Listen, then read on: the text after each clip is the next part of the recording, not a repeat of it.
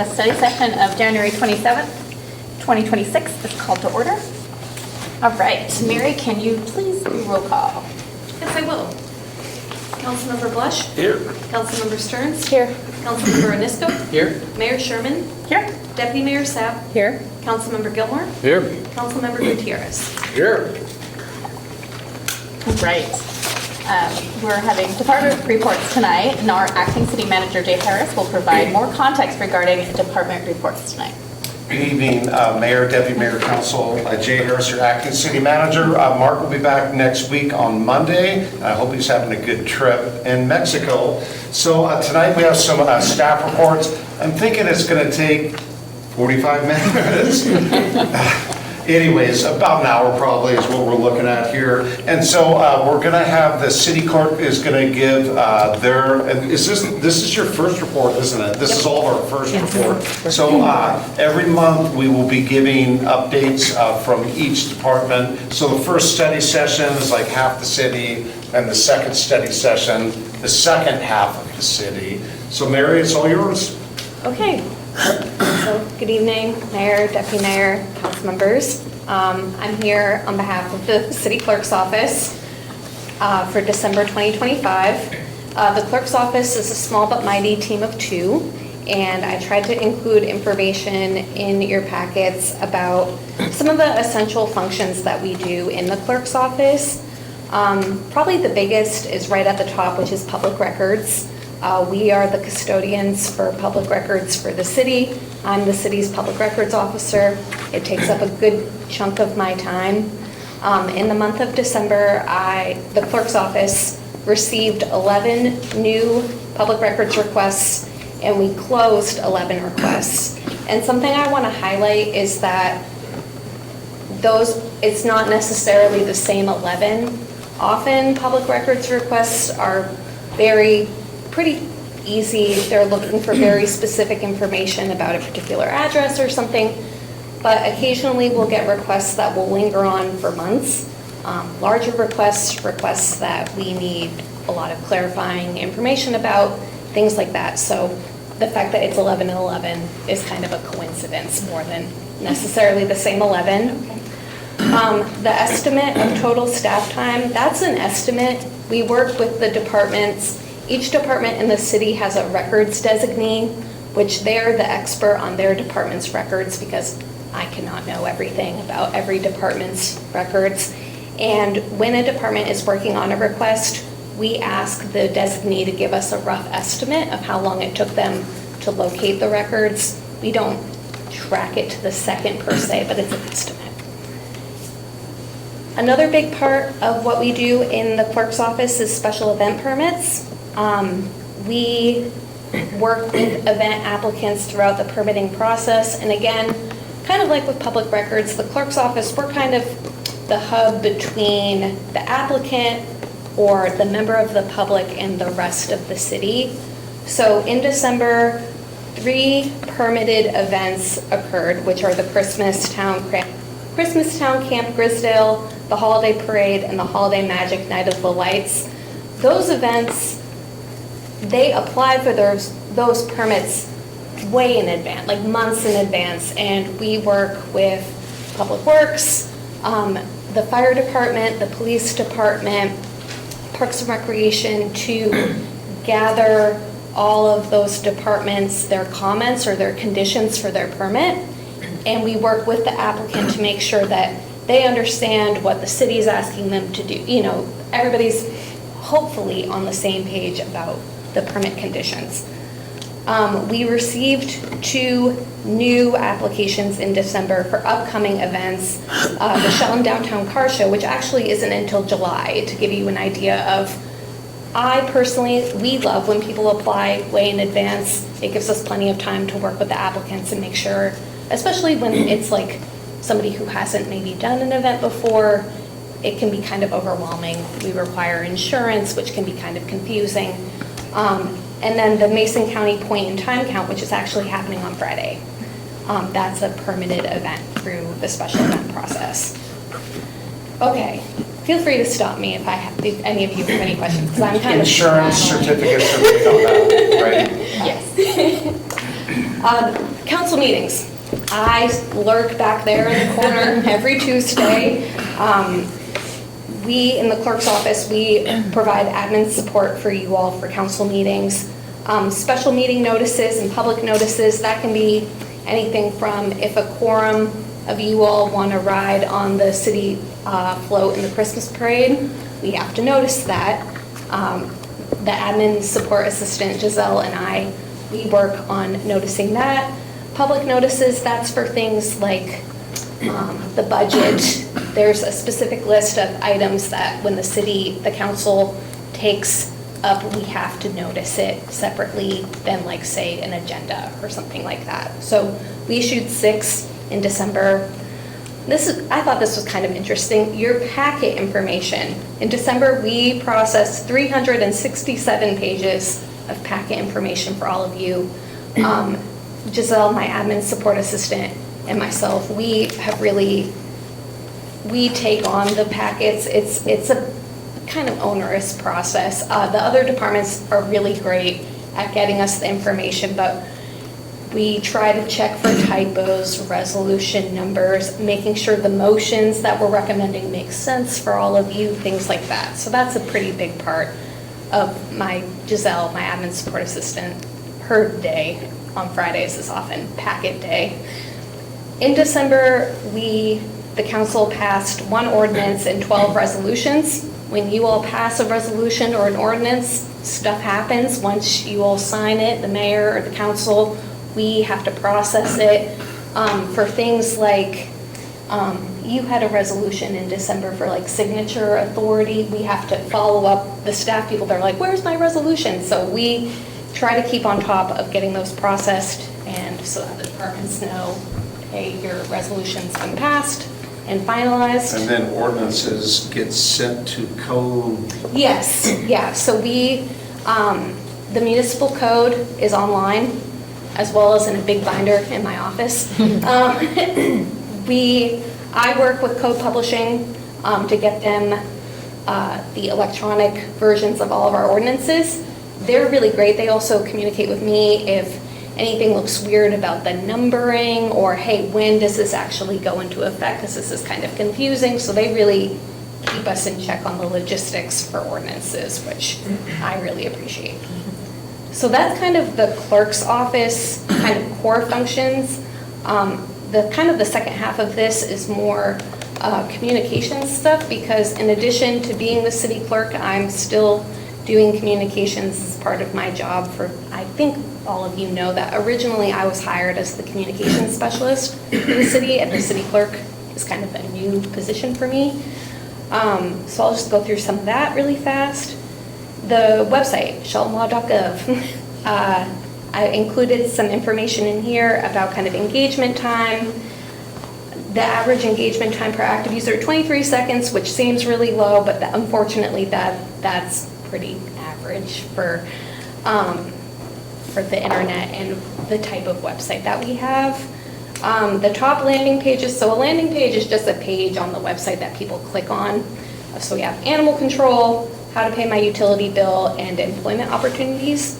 And I've been tracking this kind of info myself the whole time that I've worked here for the most part, and it's usually those 3 are usually the most common, questions or pages that people visit. So that's not unusual for December. The city app, you've heard a little bit about the city app from other departments, but me as the clerk, I'm kind of the administrator for it. So I work with the departments if they have new employees who need to be added, who need to be receiving storm or street or parks and rec. I also, if we have a new issue type that we need to add, I do that, make sure that that's set up. So this info, especially the issues reported and stuff, it's not the clerk's office doing, but it's something that I work with them as kind of a technical person to help if there's something weird, or, they can't find, they don't remember how to close something or things like that. Last on the back, I have it printed, but social media. So We have a Facebook account that's pretty active, the city's Facebook. In December, the Facebook account had 111 new followers, 12 posts in December. That's probably partially because I was out of the office for a couple weeks. So we'll see in January. I'm kind of figuring out how I'm balancing all of this still. So, and then, yeah, views is just the number of times your content was played or displayed. And then visits is number of times your page was visited. And then just other projects at the bottom. The clerk's office, we kind of coordinated staff attending a First Amendment auditor training that was put on by MRSC to get our customer service and kind of frontline staff accustomed to the idea of what a First Amendment auditor is and hearing from some experts about what to do when approached by one, because it can be kind of intimidating if you've never heard of a First Amendment auditor before. And Giselle, my new admin support assistant, she attended a 2-day Public Records Act boot camp training hosted by the Attorney General's office in McCleary. She is my backup if I'm out of the office for public records stuff, so getting her trained up on that. And yeah, I'm happy to answer any questions that you all have about the clerk's office. If there's anything you don't see on here that you want me to kind of look into to track more, I'm happy to do that too. So this is sort of the first shot at metrics, so we can put more in here or less as a Yeah, filter. that's true too. Because we want to have economy of time also. And so, I mean, this first one's going to take a little longer, right? Because we're explaining things. So in the future, the metrics will still be there. But if you folks want to see something different, email Mark or me or Mary on this particular one, and we can add something or remove some things if you wish. Mary, on the staff time for the public records, is that your time or That's combined? everybody. Yeah, that is anybody who, for this, it would be anybody who responded to a request in December. And this is a low count for Yes. average? Yeah, it's a rough estimate, so that, yeah. No, I meant the number of cases is kind of low compared to what you normally do. It's kind of, I think it's kind of high, but I guess we'll see in January. But because, yeah.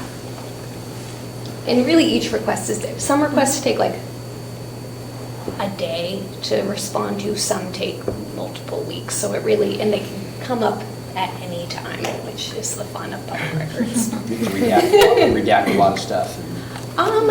Thankfully, we don't have to that often. There's a very specific kind of list put out by the state of when you redact, so we don't have to very often. Oh, something that I should point out with public records too is that we don't handle the police department's public records.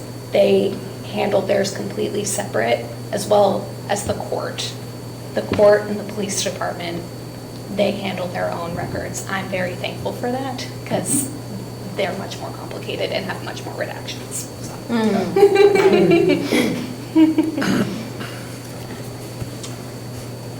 I just want to give you thanks for getting our council meeting straight and issuing all the notices and keeping everything transparent, because there were some people who were saying, oh, you guys are hiding stuff. I go, no, everything's there on paper, and if you don't want to read all that stuff, there's a one-page briefing. Yeah. You know, so thank you for keeping everything up to date and up to code. Yeah. And making sure that everyone knows that we're being transparent here at the City of Shelton. Absolutely. And catching resolution numbers that are in multiple places, that's a constant issue. The last place I was at, it seemed like almost every other meeting, the question came up, hey, it says this here and that there and whatever. And you guys do a good job on that. And I try to catch things like that too before it even gets to her, because it's easy to type in a wrong number, one digit off, whatever it is. Transpose two Yep, numbers, it yep. happens really easily, yeah. All right, cool. So, Leanna, HR. Yes. Good evening, Mayor, Deputy Mayor, Council.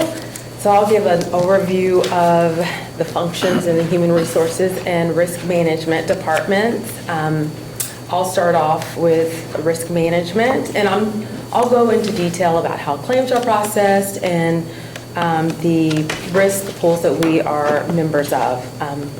So the first risk pool is Washington Cities Insurance Authority, WCIA, and Association of Washington Cities, AWC.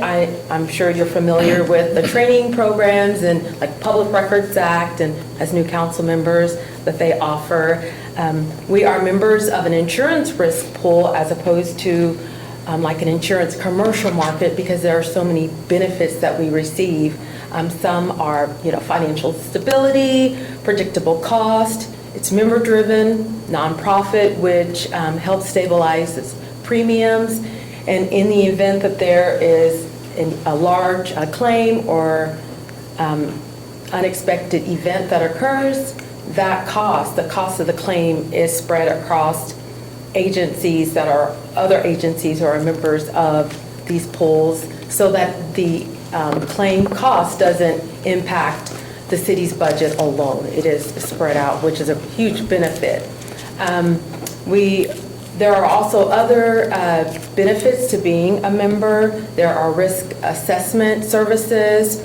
We receive educational and safety training and other resources that just help us reduce our claim cost over time. So with Washington Cities Insurance Authority, they help us manage our property, auto property, and liability claims. So here's a scenario. A resident comes to the city and they drove over a pothole, popped their tire. They're going to fill out a claim for damages form. I review that form, it gets notarized. In this case, I would reach out to the Public Works Department. I ask for comments, any pictures, any information that they can have. I collect that information, send it off to WCIA. Then they assign a claims adjuster to that claim, and then they take it over from there and they work with the claimant, just relieving some of that burden off of for me. So I'm not managing it all the way through, but I am in constant contact with them throughout that process, and then they'll email me at the end, letting me know the outcome of that claim. If there is, say, a pole that is damaged by a city employee or anyone, a resident, of course, there's another form that is completed. That form is reviewed by supervisors. The department director reviews that, and we make sure that there's comments, pictures taken, say even like a sewage backup. We want to make sure that we're out there, we're gathering as much information as we can. We send that to WCIA, and then they again assign an adjuster or an investigator to take that over on our behalf and manage that through. Just one quick thing on the sewer backups. It could be a mainline backup, which is our responsibility, but each lateral to each structure is that person's responsibility. So a lot of times their line gets blocked, and then the first thing to do is say it's the city's problem. So we always go out there and we check the main line and for any of our backups. And so there's also a property and auto register, asset register that I maintain. So I work with departments and send out information twice a year, asking for any property, any new autos, anything that's an asset. We need to get that on the register so that it's protected, it's insured. So monitoring that closely. In December, we had 2 new claims and 2 ongoing claims. It's an ebb and flows. I would say December was a low month for claims. Sometimes it's higher. Summertime, it gets a little higher. So under Association of Washington Cities, liability, so that's employee bodily injuries that occur.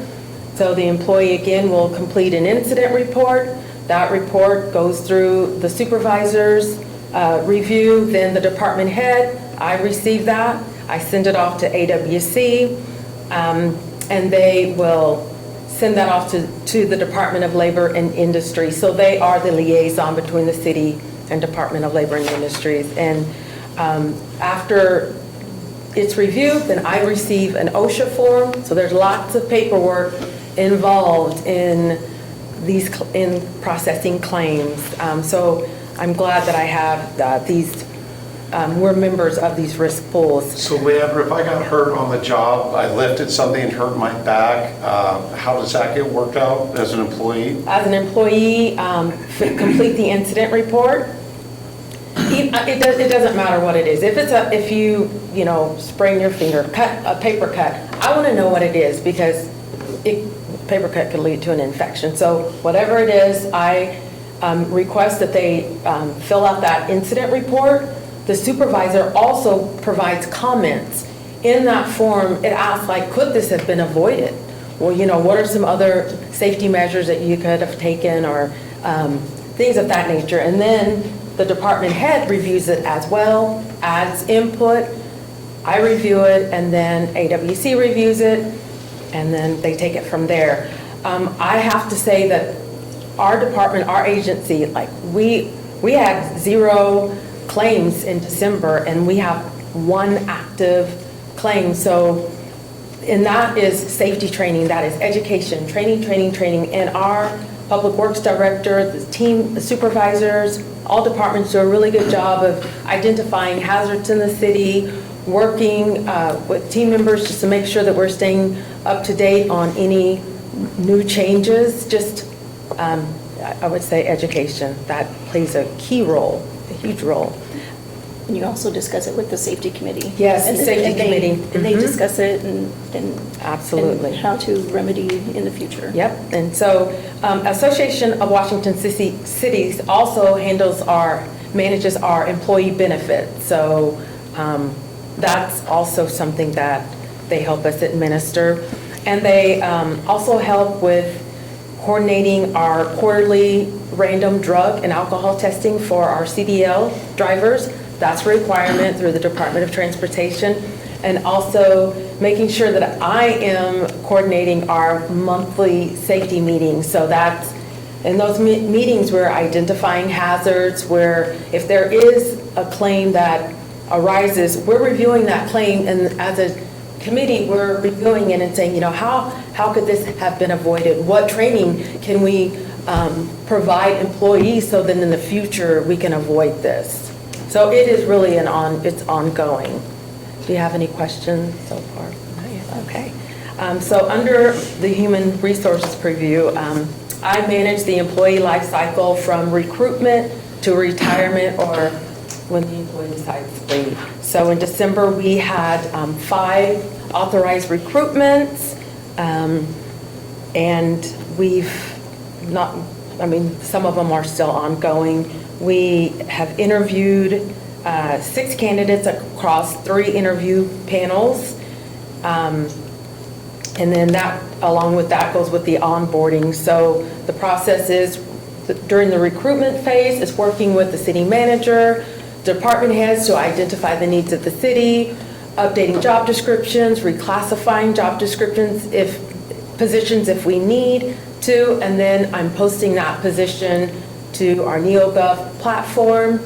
And once we receive the candidates, I'm reviewing those with department leaders, and then we'll bring in our pool, we'll bring in our interview panel, and then we'll make a decision. After that decision has been made, then there's a reference check process and background check process, making sure that we do a thorough check.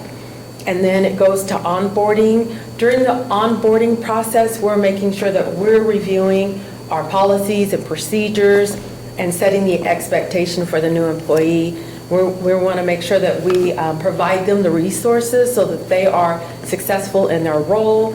We go over harassment training, effective communication, and of course, the Public Records Act training.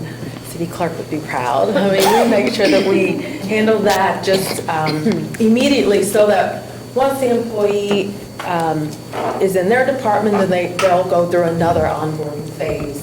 But the onboarding with me, it's benefits. We go over benefits. We pull payroll in, and they review benefits, the retirements that's offered to employees. And we pull in Giselle, who's our new administrative support assistant, she is a part of the onboarding process. She will take a picture of the new employee, and then we'll send out welcome information so that when the new employee's walking around, everyone knows who they are. We don't see the new employee the first day. Right, so. They're doing all doing- sorts of things. Yes, and onboarding generally takes about a day. I mean, a full day of just, like I mentioned, reviewing policies and procedures and webinars. And then, of course, with onboarding, there's offboarding. There's always employees retiring or leaving, and so that's in activating accounts and making sure that city property is returned. So on to FMLA and PFML administration. So I manage the federal and leave benefits. In December, I issued 2 leave certifications, and of course, I'm continuously managing ongoing leave, active leave cases, and making sure that we're compliant, that they're meeting their required hours before they're eligible for the benefits, and then once they hit that threshold of hours that are available to them, that they're not exceeding those hours, so just managing that. Public records process, in December, processed 2 public records. Apart from what the city clerk sends me, I also receive records requests from prior or former employees. So they're often wanting their personnel records. They oftentimes have a potential employer requesting their file as well. So if those records haven't met their retention, then I have to gather those and send them to the requester. But I'm glad that we, in the HR department, we have digitized all of our records. So it took about a 2-year process, but that has, aided in speeding up that process. I'm not thumbing through folders to get that information. And then if the records have met their retention, then I destroy them. So labor contract was finalized in December 1, Shelton Employees Guild. I briefed council on that in December. Again, we have 3 unions who perform municipal services. And so the customer service, Shelton Employees Guild, and police. And our goal is to try to have a 3-year contract for each contract. Sometimes that doesn't work out that way, but for the most part, it's 3 years. HR advisory and confidential matters. I work closely with our departments, our leaders, and the city manager on managing any employee concerns, employee matters, making sure that sensitive information is confidential. And lastly, the projects and programs. We have a wellness program, and we are in the process of deploying our workplace wellness workshop. That training will go out next month. We have a biannual health, wellness, and benefits fair that we offer to employees at Well. So just working to provide wellness strategies to support employees, which of course in turn helps improve the organization. And lastly, deploy training programs. We have annual and ongoing training programs. Our monthly all-hands meeting, the city manager provides updates. It gives department leaders an opportunity to communicate their goals and any important projects to employees, supervise leadership development, of course, that safety training, which is important. And these trainings, again, help sharpen our employees' skills, engagement. It boosts our confidence, it helps them grow, and it helps us to retain top talent. So it's really important. Yeah, any questions? So Leandra has a few things going on, as you can see. So for one person, and with Giselle's help too, it's this year, yeah, that's helped quite a bit too. The trainings also help reduce our insurance liabilities as well. Absolutely. The training is important. It is. And some trainings like the harassment, that's a required training every year. sometimes we alternate, we'll bring in a facilitator, which employees tend to like, so do I. Instead of sitting at your, computer watching a webinar, I like more of the engagement training sessions, so. So she also doesn't, like Public Works has training, we have forklift training, confined space training. Brent, help me here. Give me a bunch of training. Safety, Yeah. knockout tagging. Yes. Fine space. So we track all that, who attended, what was the stuff, and then get it to her to show that we've met a bunch of our requirements also. And I work with, if there is an incident, like when I'm tracking incidents, if they're, say, I'm just gonna pick on Public Works. They're really good though, but if they're backing into objects, mailboxes or whatever, then that, to me, it triggers like, hey, we may need safety. We need training on this particular issue. So then I reach out to WCIA, I get a training schedule, and then they'll provide me information that I can pass on to department heads. So they both have a robust training offerings for the city. I just wanted to express my gratitude for the professionalism that you're showing and and explaining to us the complexity and the work that HR does, and that running a city is a lot more complicated than people think. So thank you you're the right person at the right place at the right time. Thank you. And I'm so glad that you're getting a little bit of help and sharing that with the new Yeah. employees. So Thank you. A lot of what I do is compliance. It's making sure that we're compliant, protecting the city and protecting employees. So. Have we had a active shooter training for this building? We had one, I want to say 2 years ago. There was an active shooter, or 3. Paul Campbell was, I don't know, no, there was one after Campbell. Yeah, it was one after It was one Campbell. after Campbell. The last one was probably 2 years ago. 2 years ago, we had an active shooter training. We're probably due again. We try to keep up, on things and something like that, especially when you get new employees. Yes. It's good to keep going over things like that. So it's good that we have experts in-house too that provide that training to us. Thank you. You're welcome. Thank you. Thank you. Finance, Terry, this is really important stuff, okay? You guys got out of budget, you heard a lot from her, Yes. but they do a lot more than just budget, so, yeah. Yeah, thank you, Mayor, Deputy Mayor, and Council. Just wanted to bring you tonight that the finance consists of basically 9 team members. We have 2 customer service specialists, 1 procurement specialist, 3 accountants, 1 budget coordinator / grant administrator, the IT manager, and then myself currently. So, So I'll just go down the list. It's in alphabetical order. So accounts payable, in December, we processed 608 invoices. That amount was just over $1.6 million, almost 1.7. And then we added 13 new vendors. And, but also Vanessa, processes the records retention. She takes care of all of our records and is very current on that, which is so appreciated.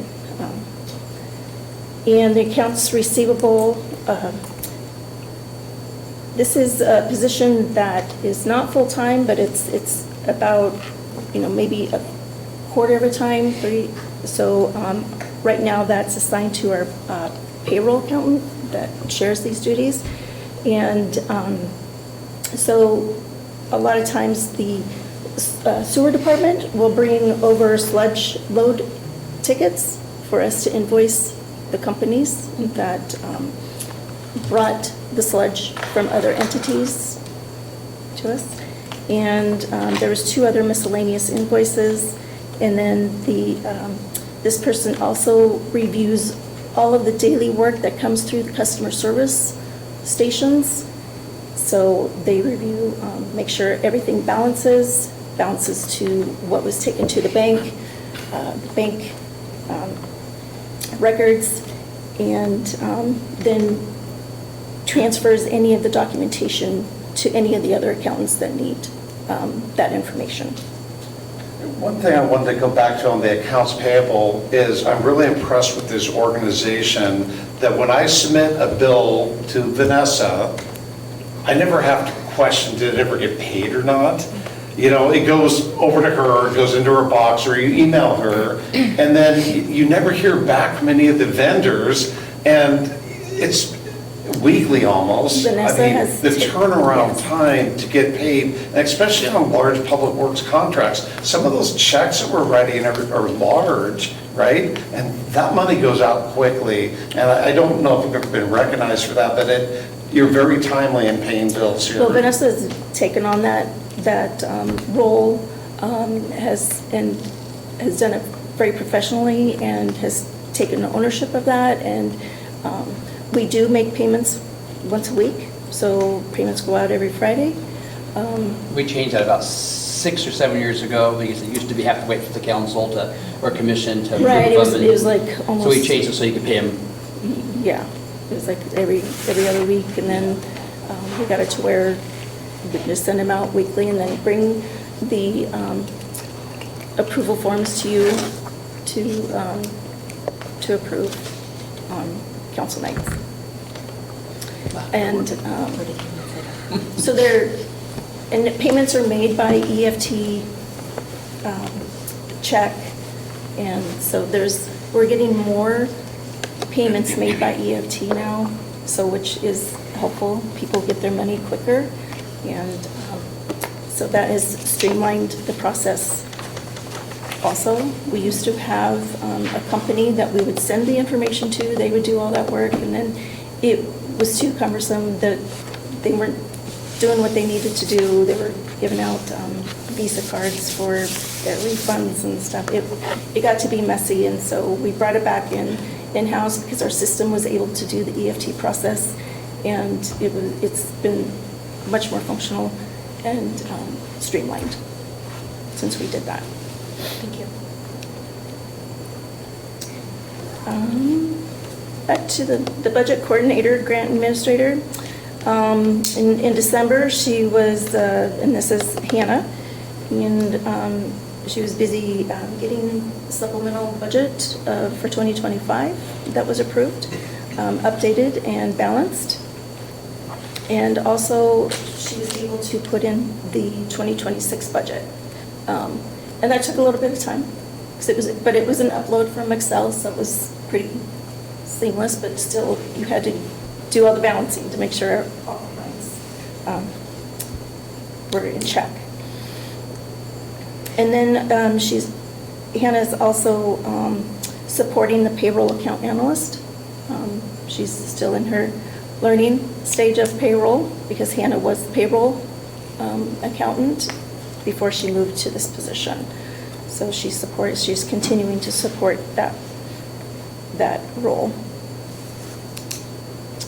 Business and occupation tax, telephone, and gambling and gas tax forms.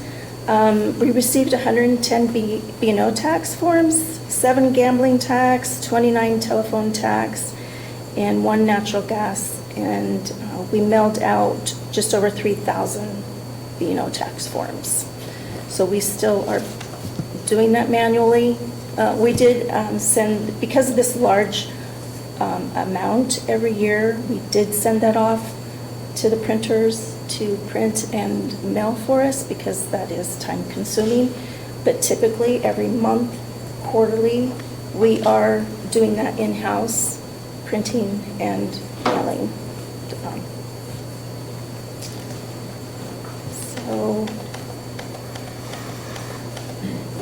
but right now is the busy time because all these B&O tax forms are coming back in. So myself as the interim finance director, I attended 3 council meetings and I presented 3. And then, while doing all this, I'm also doing the Deputy Finance Director position, which consists of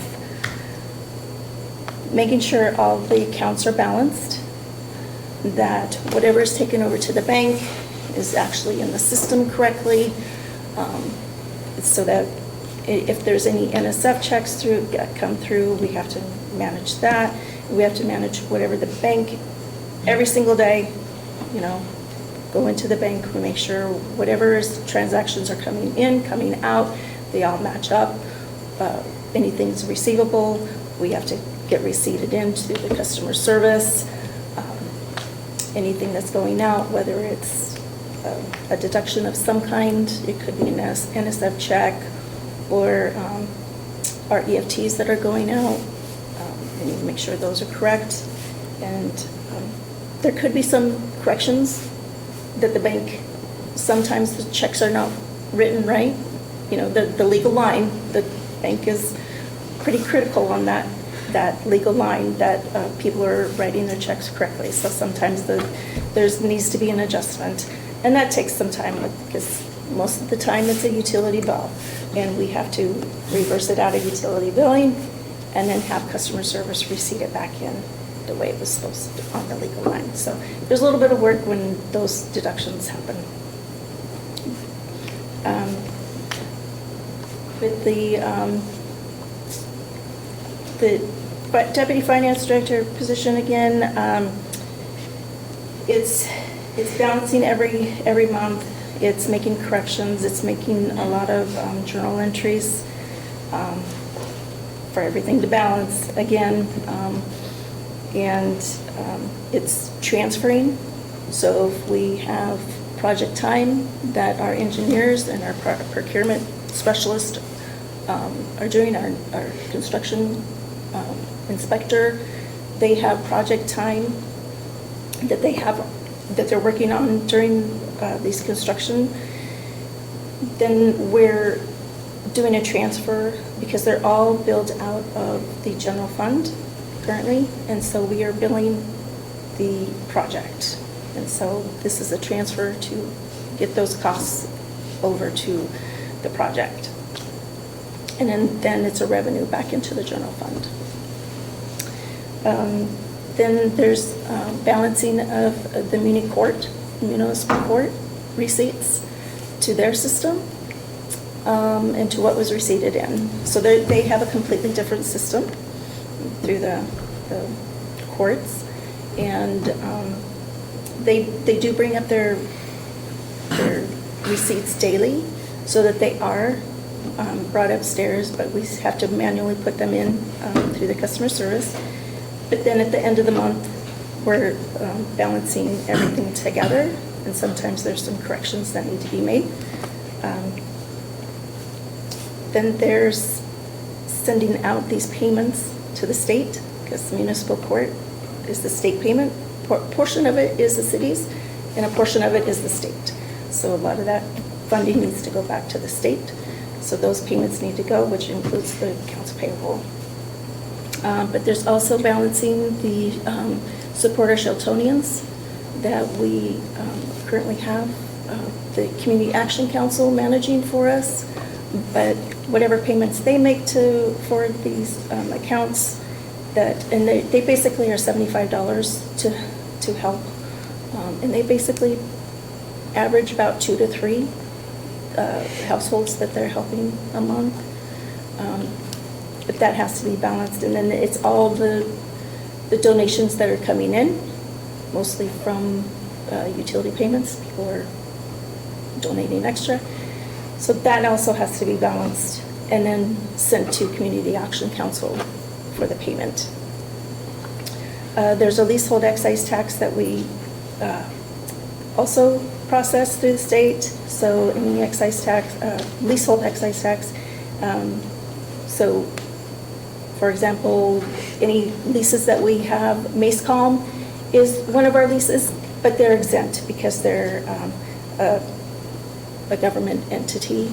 But it's anybody else that we have any revenue from that we have to report. Then there's the excise tax that we have to report, and this is all the revenue that we need to pay excise tax to the Department of Revenue. A big portion of that is for water, sewer, and storm because of the revenue that we collect from them. The little bit of it is like copies in our recreation, those programs that we support, but we still have to report those to Department of Revenue and pay tax. And then basically it's finishing up the month and then letting the budget coordinator do her work, getting all the monthly reports to you guys. So all this kind of, it's timely. It's like, it's, need to get this job done before we go to the next so that they can keep doing their work. So it's a well-managed wheel up there. So then we turn to the IT department.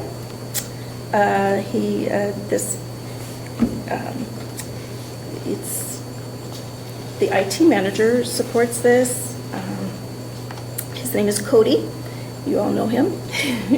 And but he reported that there were 0 failed simulating phishing emails that were sent out, and this is through that KnowBe4 program that the city uses, and so that was a good thing. 47 reported phishing emails, and 20 tickets submitted to the right systems. But also when these are submitted to right systems, Cody is also involved in receiving the same, he's CC'd on all of them, so he eventually is brought into the process of whatever the issue is to resolve. And then there was 29 tickets submitted to him himself via email regarding onboarding, desk phones, cell phone replacements, upgrades, hardware, software, just purchasing, hardware issues, application deployment, and security. So he is a department of one and is very, very busy, and but he handles it very professionally and well. That phishing email thing, we've all seen them. You get them in your email, and some of them are getting pretty inventive. That we have a vendor that assists us with those, and he sends those out. And I think it was in October, I clicked on one from the city manager. He needed something or whatever, and after I did that, it said it got caught and whatever, and then instantly it sent me through some training. So I don't know if you guys have been caught on any of the phishing, but it will send you through, you have the penalty, and it sends you through training. So anyways, I was the first one and forever. So I know the city manager had an issue too, he said on one. So yeah, no, they're getting pretty good. So just read the subject lines and just be careful. If it seems too good to be true, it probably is, right? I got one the other day from City of Shelton, and then I looked at the email address, it was like 18,000 characters. I go, yeah. Yeah. So just be careful. Yeah. Next is payroll. There were 94 employees paid, and we do pay twice semi-monthly. So she basically has, 1 week full of payroll, and then the next week she's able to do other things. She's not quite there yet. She's brand new to payroll, so she's learning that process. But soon I will be probably assigning the capital assets to that position and getting those up to date. And that'll be mentioned in the work plan. I believe Mark's going to be presenting, we're going to be presenting next month, I believe, in the work plan. And then because December was open enrollment, there were 6 changes for insurance purposes and procurement. So this position is held by Brooke, and she processed 4 purchase orders, 2 solicitations initiated and drafted was 2. Formal solicitations, ad or open was 1. And contracts drafted was 2. Contracts executed was 2. Contracts actively managed is 23. Work orders, on-call A&E, consulting pool is 1. Contract or work order amendments is 7. And I will say that Brooke is constantly busy. She knows her stuff very well.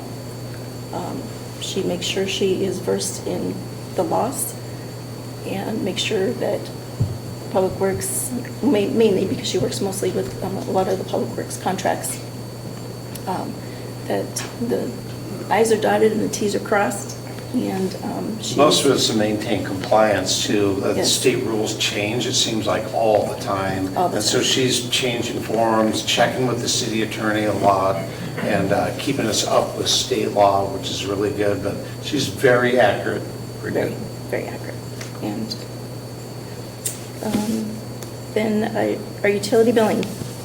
So we processed 3,859 utility bills in December. Delinquent notices, 485, but we had 598 that was mailed out, and that's because we have occupants, right? So we send them all to the owners, but then we have occupants that are also receiving these. So the door hangers, notices that went out, this is for non-payment, that was 124. And after the door hangers, if they didn't pay, there was shut-offs for non-payment, there was 37. And then after the 24 hours, is it 24 hours or a week, if they didn't pay, they would get locked off. And they get locked off so that they don't use the water. Unless they cut the lock, Unless they... and then unless park their they- car over the top of the meter, and we have Goodness, those. the creative happens. ones. People do crazy things. Then, but I forgot to mention, this position is held by Kim, and, but she also sends out high consumption letters. So this is something that I began when I first started my career here, which we were still in that building. But because we had a complaint at that time that nobody knew that he had a high consumption, you know, that he didn't know for, I think it went on for months. So we've kept this up ever since that time, just to get people notice, because a lot of people, if it's an underground leak, they won't notice unless they see it on their bill, and it's a huge consumption. And people start to ask questions, and then they call our customer service, and they give them, you know, some options to look for, but whether it's, a lot of times it's a leaky toilet that people don't realize are running. My mom's toilet was running, I had no idea until we got it fixed, and, you know, that was the problem. So, so that's just to help so that it doesn't go so long and that we have to write off, because they can ask for an adjustment on their accounts. After they discover that they had a leak, they fix the leak, they have receipts for the leak, they turn those into the city. The utility bill accountant processes that adjustment, goes through review from me. I review them all, and I sign off on all of them that I believe that are true adjustments. And then there were 32 new utility accounts. And said with the new utilities, is that a new building or is that just a new person on the account? It could be a new home, or it could be somebody sold and brought in, and a new account was built for them. So both, okay. Yeah. So then our projects within the finance department and IT, we have the indirect cost rate study that started. I think it was at the very end of December, so it's an ongoing project right now. We're currently reviewing all of the personnel costs, making sure those allocations are correct and in the right areas. Jay's favorite subject. No, it's not true.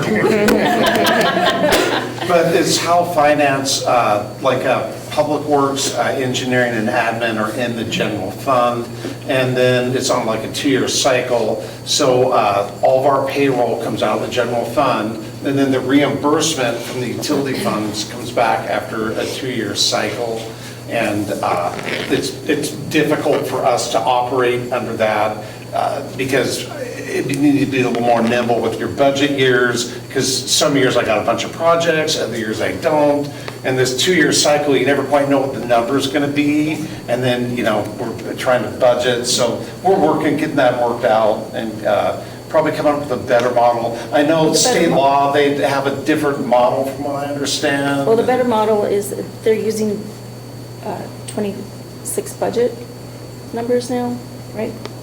So Brent is also involved in these meetings, so that we're involving, other departments that kind of really affects, because it does heavily affect streets, water, sewer, storm, EM&R, to pay the general fund for services. And it's not an easy model either, you guys. It's one how to keep the machine going type of model. And there's a lot of input, right? So there's a lot of input. There's, how many meetings did we bring, did water, sewer, storm bring, to you all to vote on? And there's boxes. How many boxes do we have upstairs? They wanted to go by square footage, but we talked them out of that one. We're going with FTEs. well, the heater control for my office got off of there too. I'm just kidding. Yeah. I mean, it's very, It's pretty there's a detailed. lot of components to the model. It's more just so the right fund department gets the right The allocation. correct for allocation, what they're correct. spending, so, Mhm. like, I'm sure like city manager's salary goes in different departments, public works, water and sewer and stormwater and, something like that. Well, for example, the customer service is supported mainly by the utilities because they're doing all the utility payments, collecting all of that. But then 10% of it is just strictly general fund. So the utility billing is, accountant is mainly out of, paid back by these utility funds because she's doing the utility billing for those funds. So, yeah. And that's because or other funds are dedicated businesses. Sewer's a dedicated business, water's a dedicated business. Yep. So, and we want to make sure that we're collecting rates for those, and we want to make sure that we're allocating all those funds properly, and everybody's paying what they're supposed to pay. And Well, EM&R is an internal service fund, but we're also supporting EM&R, paying the bills, paying people. That's the equipment maintenance and rental Yeah. fund. That's dump trucks and pavers and compactors and that sort of thing. So it's setting rates that if we're doing service outside of the city, we're able to charge that rate.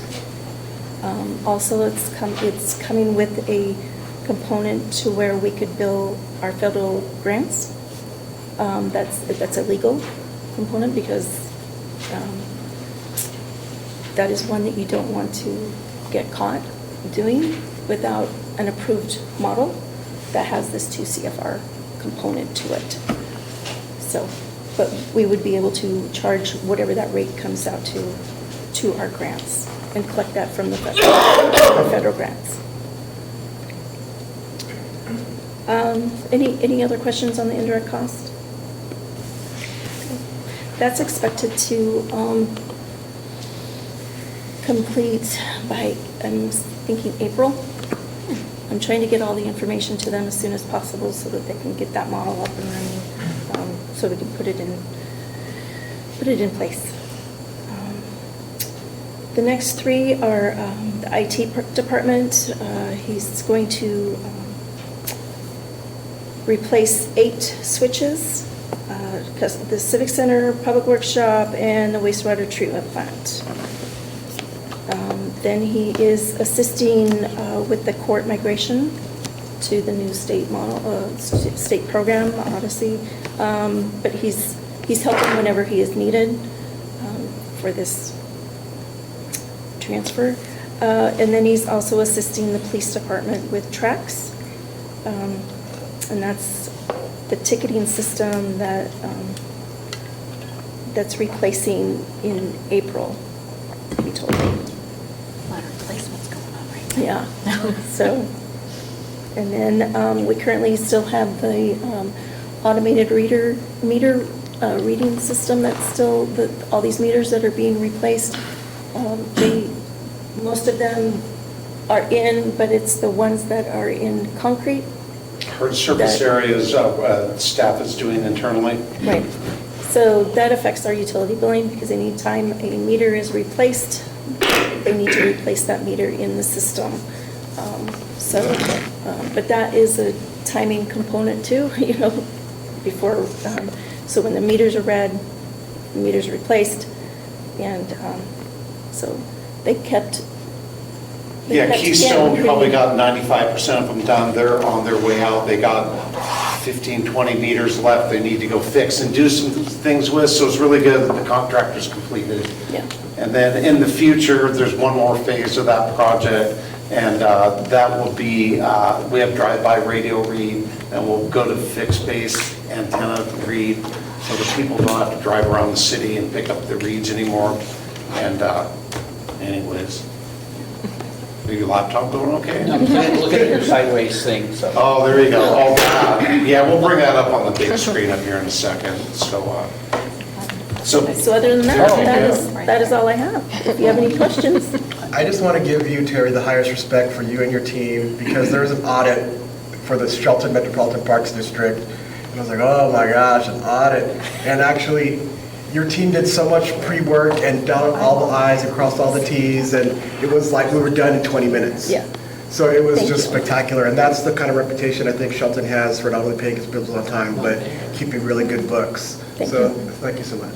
Appreciate it. Thank you. You're welcome. Yeah, thank you. It sounds complicated. Maybe on the next one, maybe a little discussion on what it takes to prepare for your state audit that we Oh, have sure. annually, and why they're different every year and stuff like that. I know that they're very time consuming, but I do know that all these years we've gotten high marks from the auditors for the preparation. yeah, we've done well. I know, I'm already thinking ahead, because the process actually starts now. And even though it's due May 30th, I think, this year, there's a long process that goes with that, just to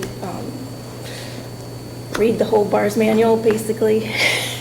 So, and it's all the updates. You need to know all the updates that the auditor puts out. What did they discontinue? What are new requirements that they want to see?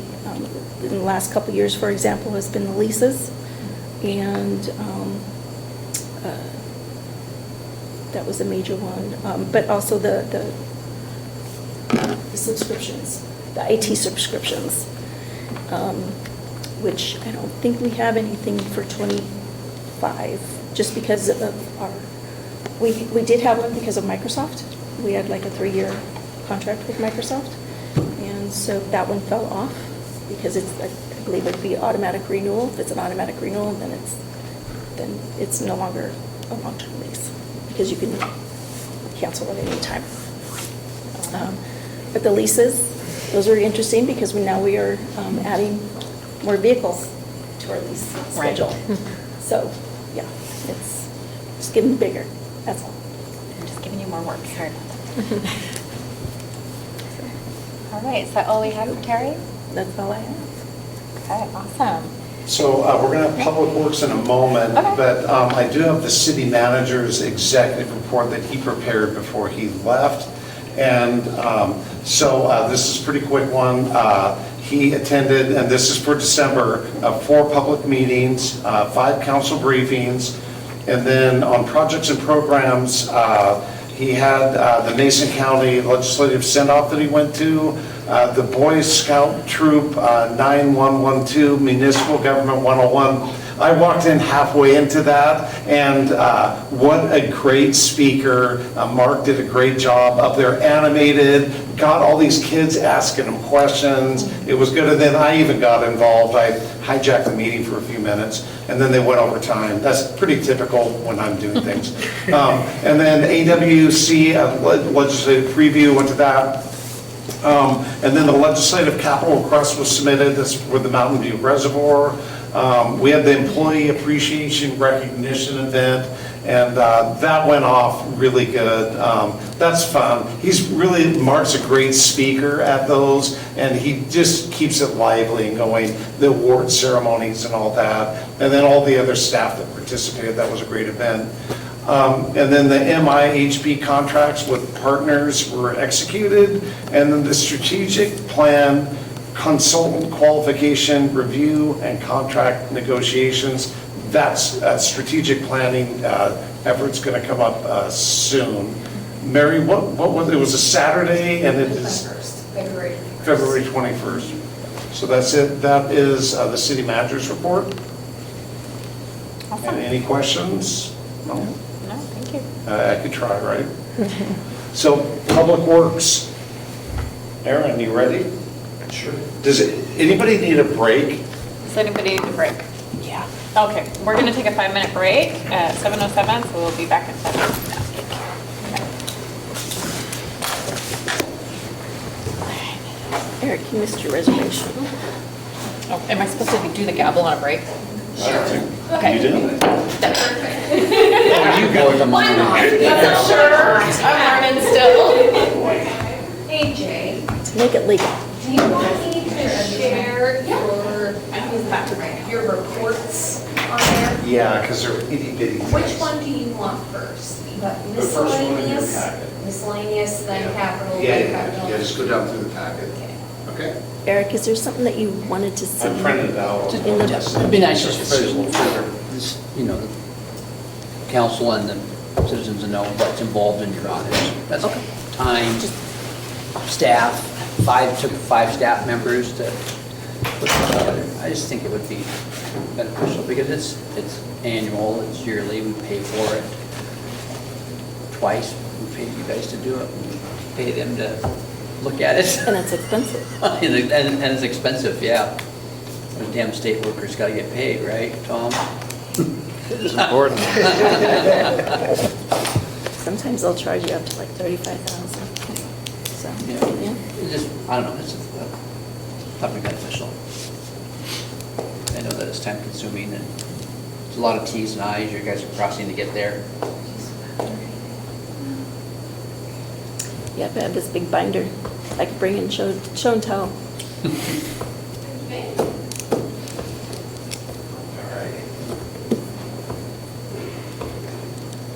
You guys were all in the meeting the other day, and I had a question at AWC, and their lobbyist was asking me one question, and nobody answered their phone. What day was that? I did. She finally did, yeah. I and was she- gonna say, the It clerk was, answered. it the phone, was, I just didn't know the answer. it was it Monday? You guys were all in the meeting. They wanted, they're getting a lot of pushback from the asphalt companies on the exemption of the interlocal agreement. They want to know what the fair amount we thought. Well, Oh, yeah, I thought we got that too. Yeah. Yeah. Was it okay that I? Oh, yeah, of course. I showed the girls, they were happy. I was like, I think she's gonna be okay. Yep. Take a day off. They were happy about it. Some cities are asking for $750. They said they would model for you. That's a lot. Yeah, I was like, I think I'm gonna take If that was like, well, I'm sure you would. pyramid point, that'd be like, Yeah, no problem. right? My laptop died halfway through that. Right. Do you want to plug it in? I'm just, Yeah. yeah, I'm We're good. almost done. Well, even $500, $3 million. We had to go contract out. I used to have option 4 on the highway. Sure. They're a little bit more. Option 4 is demand. No parking. Yeah, I'm Comfy. mixed. yeah. I talked to a few people, most people I talked to said no parking, so. People crossing that road is always a little wild. True. Oh, Olympic Highway North.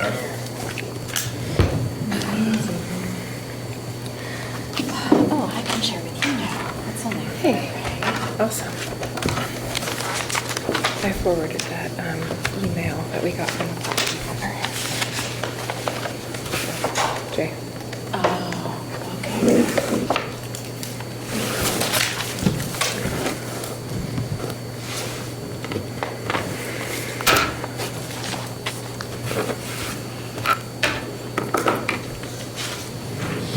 All right, is everything back? We've got one more minute. Mary, you gonna share screen? Okay, thank you. It's gonna go in the order that's in the packet.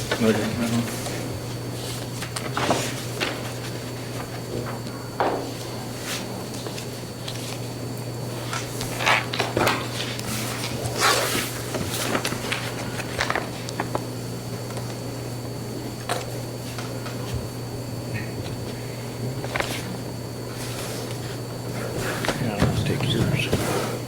Because it. No, it's fine. That's fine.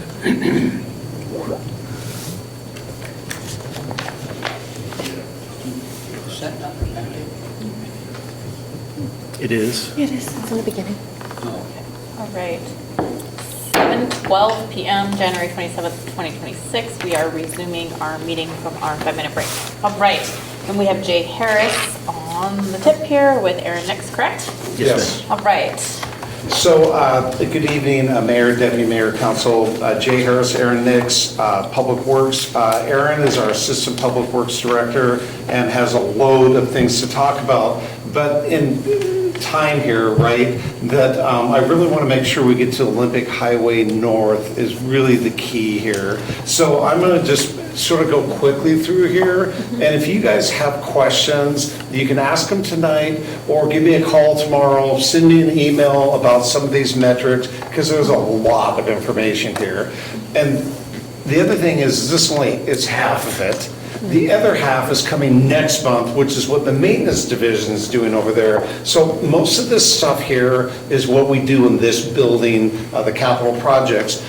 So we call these non-capital projects. These are just small things that we're working on, but we track them on this spreadsheet. And Aaron has done a really good job about what we feel is a high priority and what could be a low priority. And then anything in green means it's been completed, green light, we're gone, it's good. They'll probably be removed from the list soon. We're going to hide those cells. And then anything in yellow is active. Anything in red we haven't really got to yet, but we're trying to get to it.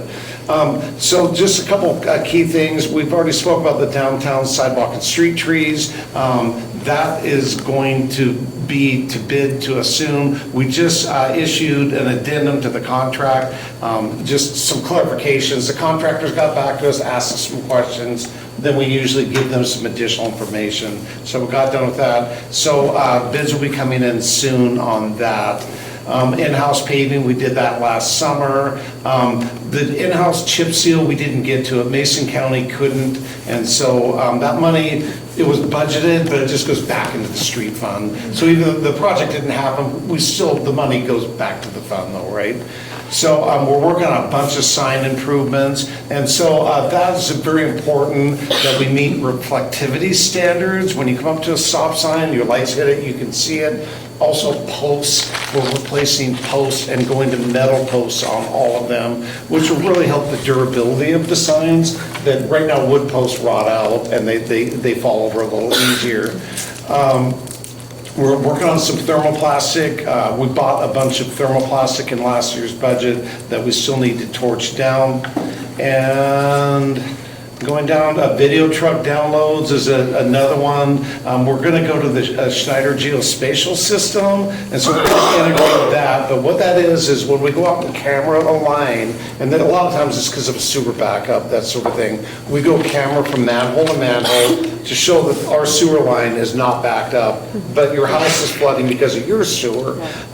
Those need to be downloaded into our system and not live on the video truck or on a hard drive over there or whatever, that we need to get them in our system. We're going to be doing a forest main inspection. That is from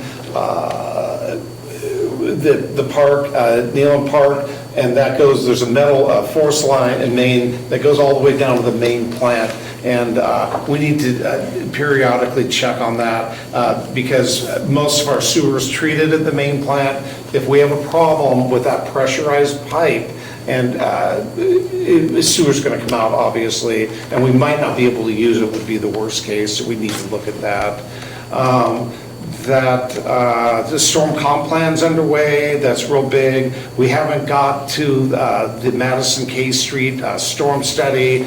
The intersection needs some inlets, we got to put some water down. The parking lot at Olympic Plaza floods with a little bit of water down there. I don't know if you've seen that before. We're trying to resolve some of those issues in that area. High school tank recoating, that was a project that was removed, that's underwater, under the water division. And anyways, we determined that the tank is at end of life. It's a 1950s tank. It needs to go offline. I think I mentioned that before. Part of the legislative request and putting in the 1.5 gallon tank is to allow that one to be able to go offline so we start bringing on newer assets. The cost of that coating at the age and its life cycle, it's not worth putting the money into it at this point, especially with that small of a tank. Reservoir vent project, we should be under construction here, I'm hoping in the next 4 or 6 weeks. Final bid coming in on Tuesday. That's great, that'll be really good. The state's required, so our reservoirs you have to intake air. So when water comes out, you gotta replace it with air. And the Department of Health wanted some finer screenings and bigger vent holes and that sort of thing. And so that's one of those things that they do a water quality survey. They come out and look at the whole system, and they can put something on there, and they required us to get it done in 1 year. We're not going to quite make that timeline, but we've tried hard. So anyways, we're going to get that done soon enough. And then GIS, why don't you talk to us a little more about what Colton does there? So Colton, he's a loan person in his own shop. In essence, he manages GIS for the entirety of the city. So that means planning, public works, community development. He has been actively working on kind of updating our maps, which you'll see within the GIS system. Work order system that currently we have, those are the My Civic pieces that you guys see about people putting in complaints, those kinds of things, as well as in an internal system between departments. So he's made that happen, and then he actively worked on the Advanced EAM program, which in essence was the asset management software piece that I brought forward to you guys. He has spent at least, there's countless hours of at least 5 groups that he brought in to kind of discuss that. He evaluated the current Tyler piece. He really managed that all by himself. Obviously, I was involved with him and attended the meetings, those kinds of things, but that's something that he has really advanced in. We're really excited to get that going here very soon. Because of the proactive maintenance stuff that I talked to you guys about, we want to proactively go maintain things before they crash. Currently, the way we do it is we let it age way past its deadline. We try to fix it continuously, and then it dies, and then we have to come up with the money to make that happen. So Or worse yet, we have a problem in our system and people don't have water for a day or that sort of thing. That's really what the asset management system is going to get us to. And we have a very reliable system, don't get me wrong, but let's keep it reliable and know when to replace aging water lines from the 50s and 60s need to start going away, that sort of thing. We got rid of meters that had unknown ages. We didn't know how old some of those were. So the meter replacement project went pretty darn good. Do you want to catch parks and facilities? Yeah, that's fine. Parks, obviously, you can tell, we've segregated them out by the various divisions that we have within the city. So this is the parks, kind of their piece. The Callahan irrigation project did not move forward. We didn't, I don't believe, we wanted to wait on that and I can't remember the reason. North Cliff, we have bought all the stuff. That stuff is going in very soon, you guys. So that irrigation system, it's in the yellow. Everything's been purchased, but it's moving forward. And then the development of a parks facility inventory, as well as our capital improvement project development, which we've not been super strong in the past. We're getting super strong now with regard to at least identifying. The other thing I just quickly want to make you aware of is we've already proactively moving forward with our PROST plan, the Parks Recreation Open Space Plan, and that will be a significant driver as far as project development, those kinds of things. So that facilities has made tremendous strides this year, you guys. Notice all the green that we have there. Yeah, getting out of reactive and getting to proactive. Like I said, our tendency is to run things until they die, in essence. We try to do preventative maintenance, but we're only so limited. So in essence, a shout out to Luke Manning, who basically manages facilities. Him and I collectively together worked and got all of these projects in the green obviously done. The UPS, we are on hold right now, although you guys have already approved it. Reason being, right outside the door. Reason being, Mascom has some old servers that they refuse, and I get it, I'm not arguing with them.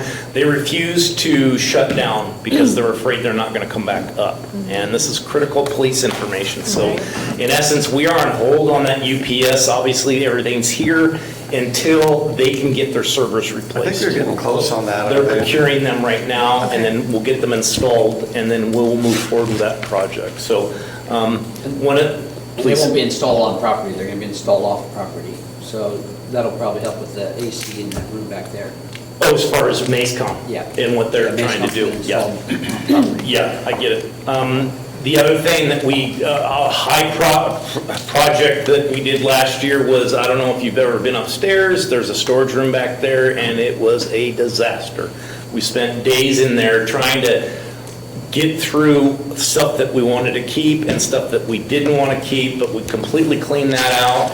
And then, in addition, we're starting to do some as-builting work to try to get rid of some of this paper. Trying to digitize the records so you can find stuff. Those paper records, very difficult. The filing systems are ancient. The Dewey Decimal, some of the cards are missing, that sort of thing, so. Perfect. So these are the rest of the projects. What I wanted to emphasize here, you guys, these are non-capital related projects. So when I say that, these are more maintenance projects. These are low, for the most part, dollar amount projects that don't necessarily fall under capital. We'll get into capital next, but that's a pretty significant list that we've managed. And most of that work that happened last year. So there's a lot of projects that we completed. So any questions on those? Okay. So one more, we have a general section. I guess it's capital projects. What's the second page? So we did facilities. General. Yeah, general. I don't know, maybe it wasn't anyways, not let me just go over a few. These are just ongoing projects. Not looking at this. Emergency management was one of them that I'm big on. Right now, we don't have an admin assistant, and it's really hard to really work on programs like that. So we're doing things like updating the continuity of the operations plan and stuff, but we're doing a bunch of other things. Without admin support, it's hard to run that program. Brent, me, Kenny are working on the standards manual update. That's going to be coming to you guys in about a month. That's the engineering standards manual. That's manholes, pipes, backfilling things, paving, that sort of stuff. And we have regular meetings that we need to attend every month. And then we have that interlocal agreement with Mason County, and that we got that approved. That allows us to do that yearly paving with them every year. Transportation impact fees, we got that done. The hospital had moved some buildings into a storage status and then started using them and brought them online, which affects traffic. So Brent was good enough to get that done. Anyways, we have just other things like the maintenance yard bathroom that was completed, ongoing organizational charts. We got to keep up. We have 46 people, and it's like every week something is changing on that org chart. So we're taking it on. Typically, I had an admin assistant working on that, but it's very helpful to keep a snapshot of where you are with that many people, and they're moving around all the time and that sort of thing. A couple things, the stormwater technician, Pat, we brought online, which was great. And then the public works technician, we have an internal posting for that right now. They're gonna help the day-to-day down at the maintenance yard and the main plant to just pay bills and to do the safety meeting organization and order paper and just keep these facilities running with these people and trucks are going in and out. We need someone there keeping the base facility running. When did you hire the stormwater technician? Yes, so the stormwater technician was already in the budget. It's just we hadn't filled the position. September, I think, is when he came on. Yeah. I was just interested. Oh, no. It says 1/1/25. Yeah, correct, that was in last year's budget. Oh. Yeah, so we brought on Pat. He's been here for some months now. It took a while to put him in the position, but great. This is the stormwater technician's job. The state every year increases their compliance level on stormwater because now we're a phase 2 city, and if you're under 10,000 people, we were okay. You didn't need all this compliance stuff. Now we have all of this compliance stuff, and he is a busy person trying to keep up with all the compliance, so that's good. So capital projects, Aaron here knows a lot about those. So when I started here, and the attitude here is I am a humble person and I'm not trying to tout myself. When I started here, we had 3 projects in design. Now look at the list, and the reason why I bring that up is to tout other staff and what we've been able to accomplish in the 2 years that I've been here. So currently right now, we have 19 active capital projects. These are all the ones that I brought forward to you guys that we've had discussions. The Safe Routes to Schools was completed a year or so ago. That project's been closed out. Those were the new crossings that you saw at the high school, as well as downtown here. This railway highway crossing project, we intend to get that constructed this summer. We're about done with design on that. The idea is these are all of the railroad crossings that we have throughout town. Those will be removed and replaced because we're taking out the rails. So this one is a big project for us. This is a combination of 2 projects. It's a systemic pedestrian improvement project that basically is looking at 4 areas where they will improve the crossings with flashing beacons, those kinds of things. And then we also got a $3.5 million grant to reconstruct Olympic Highway North. We are currently waiting for local programs to approve our supplemental piece to that, but our intent is that will be constructed in 2027.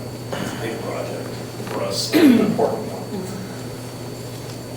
This, I have talked to some of you, because some of you weren't on the council, but we've talked about this in the past. We received some grant money in the amount of $300,000 to do design at the Wallace Nealon and Shelton Springs intersection with some thoughts that we're going to put a roundabout in there. After we've done some analysis, you guys remember we did some improvements on that thing. I was by there this weekend, you guys. It was Friday about 4 o'clock, and I can't tell you how much better traffic flows through there. There was no backs up, so good work with that. Thanks to Todd Rhodes. Yeah, we pulled wires, put the hands up, self-performed that whole signal installation ourselves. Brought in a programmer that goes into the box and does the programming, but our guys hooked that all up. That was a great internal project. So we've actually talked to the legislative delegation. This was an appropriation that they gave. We asked them we would like to give the money back, now hear me out, because we have a more immediate need. Our more immediate need is actually Wallace Nealon and Olympic Highway North. That sets the trend and the traffic patterns throughout the city, and just so happens to be our economic driver in the city. That is where we get all our tax base. So we've requested that they move it over to that intersection with the understanding that we don't own it. It's WSDOT's. We want them to get motivated to do something with it, because that is a holdup for us. As far as proceeding, it would be wonderful to tie in a new roundabout at that intersection with these new pavement improvements we're doing. It's just going to help us tremendously, from my perspective, from an engineering perspective.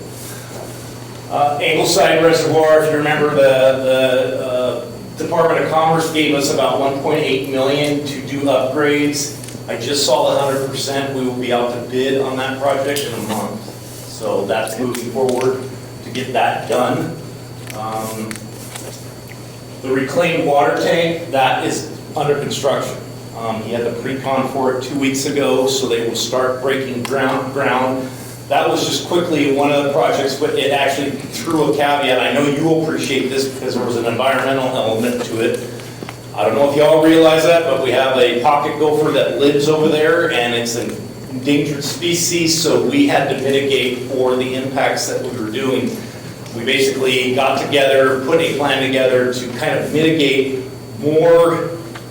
It was like a 3-to-1 ratio. Let's say we disturbed a half an acre, we have to do an acre and a half of rehab of new area in order to make that happen. We were able to do all that on site, and we got it done. So was a project that took a little while, but now the actual tank is going in, and that's what you're going to see here very shortly.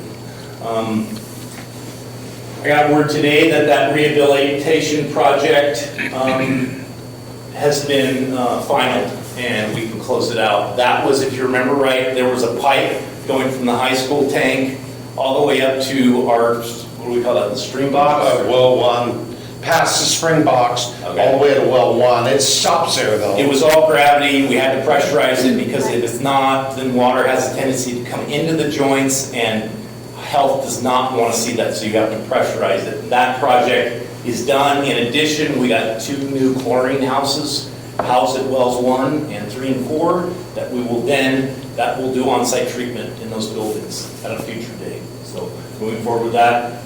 Headworks upgrade, he's at like 40% design on this thing. Again, the intent is that's a $3.5 million project.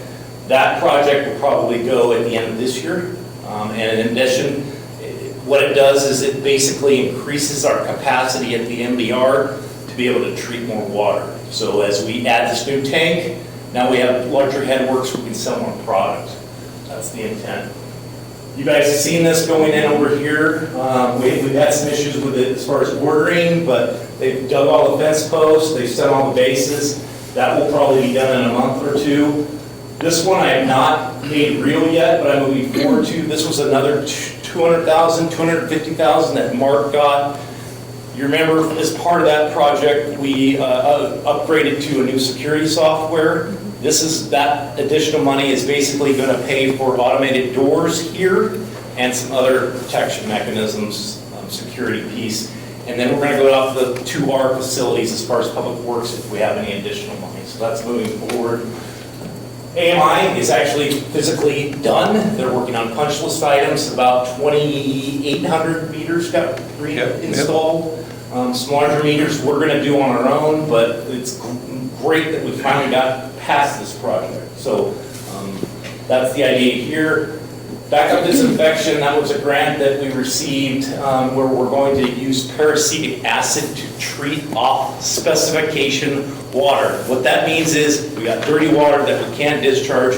This is another mechanism that we can treat it before we discharge it. So it actually will help the bay and the oyster harvesting that goes on out there. It actually opens more area because we can treat the stuff. So Bed Hoods received another bid on Tuesday. That project will be done in a month or so. Shelton Springs sewer line extension, that was money that was actually given to us by the port. And that the idea is to connect our sewer from where the high school is all the way up to 101. So that design's moving forward. We had to put in a request to obviously get the money, which we got, and then also a request because of our demographics, we're not going to have, there's no Match. There's no match money with it. They've eliminated that. So we just get the money to do the design. So that helped us out. Goldsboro Creek, long project that, and in fact, somebody put a newspaper clipping on my desk. 20 years ago, they were talking about this very same issue. And it was the Fish and Wildlife people in the tribe going like this: move it, don't move it, don't move it. We get in and start moving it, and lo and behold, the state comes back and says, do not remove any of the larger rocks downstream of that because you will erode our, it's a historical bridge, isn't it? Yep. It'll fall down. So that's now we have Highway 3 bridge over the fish Goldsboro people Creek. saying, give it out, give it out. Now we have WSDOT saying, do not get the pipe out or the rock because we need it, otherwise we'll lose that bridge. So The piers are made out of wood. Those are the piles. And if the piles get exposed, you want to keep them wet, and it preserves the wood a lot longer. So they're really concerned about some more cutting through the bridge area, so. Well, one motor and VFD placement. VFDs are basically, I talked to you guys a little bit about those. They basically power up, ramp it down more slowly as opposed to jump up, jump down. They're very expensive. I'll just put it to you that way. Also, the Well 1 motor was put in 79, something like that? 89, sorry. Yep. We got to get that replaced. It's way overdue. So that's happening. Crosstown Trail, Jordan and I are both, we just got 30% plans on that. We're going to start sharing that with the pros, not the pros, the PRAC, as well as you guys all. We want to start doing maybe some community meeting or two to start having that conversation. But that's moving forward. Also, as of next week, I'm going to have this submitted so that we can make this money real. This is basically from Neeland Park all the way to the marina. That's what we're trying to accomplish with that. So that's the other phase there. So that will be moving So forward. the goal is with both those, have the design done, shelf-ready plans, looking for construction money for them? Current estimate for phase one is about $2 million. So, and I'm telling you, council, we went bare bones on this thing. We said, we just want a trail. The only thing that we had to add because of the grant was some lighting, as well as really brought forth some cool wayfinding with regard to keeping that railroad, all that infrastructure, and using that as part of the wayfinding along the trail, which is awesome. I'm impressed with the design team on that. I am too, Yeah. for sure. Last thing is, you guys know that we need a new 1.5 million gallon tank reservoir. That is for, and we have about $1 million to do the pre-design and design to make that happen with the expectation that by 2030, we are purchasing a new tank because high school has to go away. It's rusty and it's just old and small. And that's So, 5 to 9 million, right? yeah. So, I mean, in the 1.5 million gallon, I've heard 2.5. We've been going through all those iterations, and the reason being is, if we're gonna do it, let's do it right. And the reason why he's wanting to oversize it, and he's right, is it deals with that fire flow issue and the volume. and the ability to, in the future, be able to serve new residents. And we're not going to be able to do that with the high school tank online. So other questions that have come up too is when is the Angleside Reservoir going to go offline? That's from the 60s. It's right behind the high school tank, right? And so the cost per gallon, if you look at $1.5 million, it's X. X plus whatever to build a larger tank, you don't go to 2.5 million. So we're evaluating that right now just to make sure that the size is correct, that we can get 20 years of reservoir storage. Because right now, as of a month ago, we didn't have any, we're negative on reservoir storage volume. Just 2 weeks ago, with the Mountain View Reservoir, we hooked up, they call it Mankey Hill, the houses around that reservoir up there, were hooked up to the upper zone system, and so we can draw that tank down a lot farther now. So we just picked up all the deficit in that tank plus 700 new units, which was big news. The Angleside project that we've had, the $2.5 million project, is going to do the same on that tank up there. But we do need to be planning for the replacement of tanks. And then another decision that does need to be made is, do we stay with steel tanks? It's a decision you guys are going to need to make. Or do we go to glass line, which is more expensive than we're doing at the MBR plant?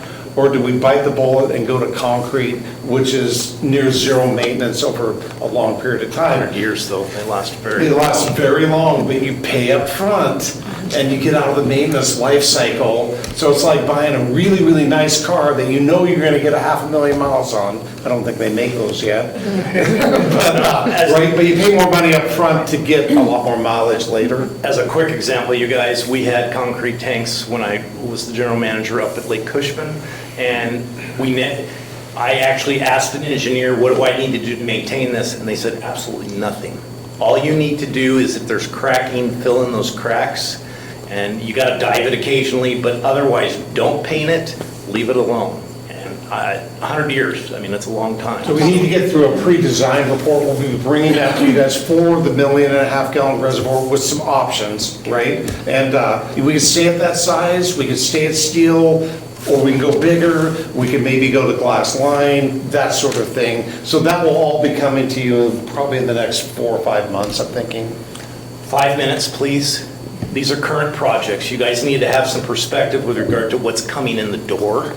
You know how Mark continuously talks about, I don't want to ramp up on a planning person or a construction person until these are actually getting through the door. They're not through the door yet, but what we included here was the amount, the number of units for each of these, the location, its current status, and most importantly, estimated start dates for a lot of these things. So that will be helpful to you.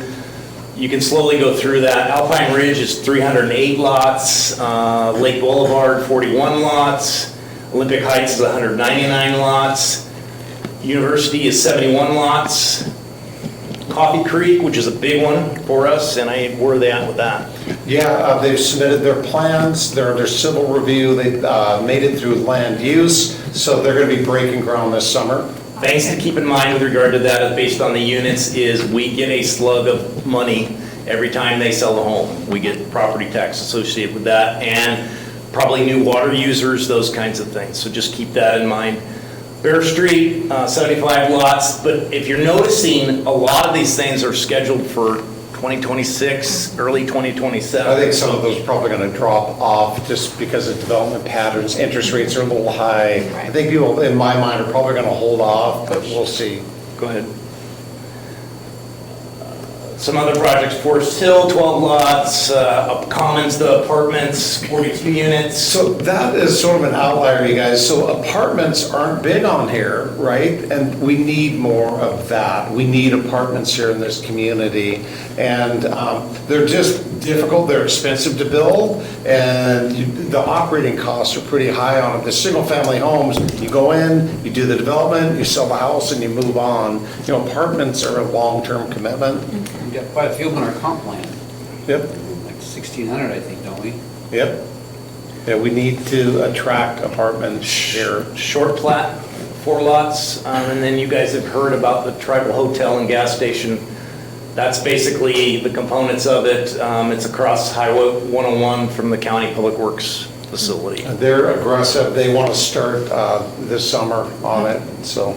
With permitting done through them and not, right? Some permitting is done correct through the county. There's a lot of permitting they don't need to do though. Because the tribe does it. Because the tribe does it themselves. Yep.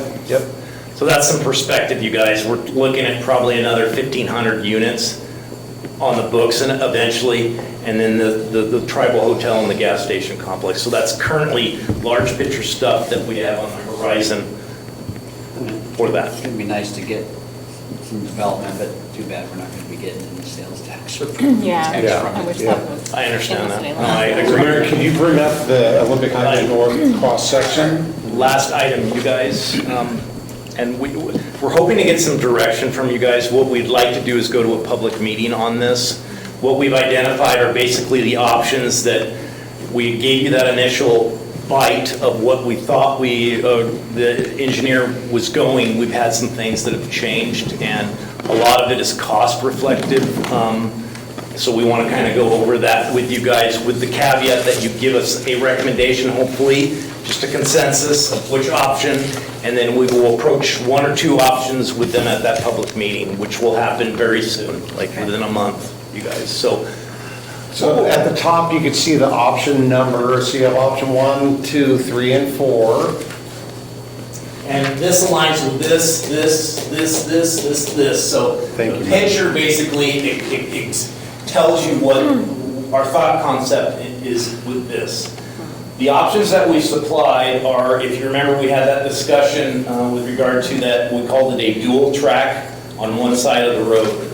After we investigated that a little bit further, we found that that dual track would kill us, especially at K Street, because that signal would have to be totally redone. And that's at least a $500,000 bill just to do that without all the other stuff. So this So yeah, that's shown as option 3, right? Yes. Yeah, okay. This is one of our last options at this point, you guys. So what we try to do is we want to try to simplify it for you guys the best that we could, knowing that you're going to get some pushback from the community depending on what direction we go. So I just want to quickly explain these. This, in essence, is status quo. In essence, all the parking stays on Olympic Highway North. And then we have this intermingle of parked cars with moving cars. And this is really the most basic format that we could do in order to meet the requirements that we have to put bike lanes out there. It's from a perspective of, can you go down just a little bit, Mary? Keep going. Keep going, all the way. Yep. What we tried to identify, keep going. What we tried to identify are basically the costs associated with each of these options. So we have the construction costs. These first two are in the low category. This one is in the high, because I told you $500,000 for a signal. That puts us in the high. And this fourth alternative is a moderate to high, and I'll show you why. Ongoing operations and maintenance costs. Going with this option, we'll have it's similar to the existing conditions, so our operations money is not going to be significantly higher with that design. Moderate with this one, and I'll show you why. High with this one, just because of the ongoing signal stuff we'll have to do there, as well as there's a ton of painting associated with that. And then this last one, which I'll go over again as well. Again, a lot of painting. Remember Jay said something about thermoplastic? The reason why we bring that up is thermoplastic is that plastic stuff that you can, instead of painting like stop bars, you actually put it down, heat it up, and it melts to the ground. It lasts 10 years, 5 years maybe. 5 years if you're driving over a lot, 10 years if there's not a lot of wheels on it. Okay, so you'll see that. Please go back up, Mary, all the way to the top. Yeah, right here is good. So what we've identified are these things with regard to options. I want to make you guys aware that parking, currently we've done counts as far as the parking stalls along the east and the west side of Olympic Highway North. There's 56 lots on the west side, and there's 32 parking lots on the east side.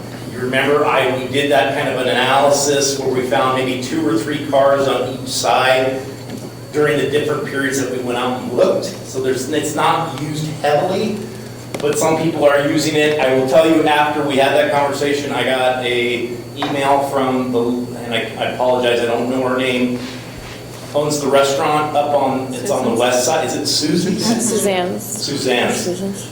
That she was very adamant that removing her parking from the road would hurt her. So I just want to make you aware of that. Those are the kinds of things. But I think our designs are going to help alleviate that depending on which direction we go. In essence, so this is kind of the basic standard format. The reason we don't like this as much, and we talk about the advantages, the disadvantages, the mingling of cars and bikes.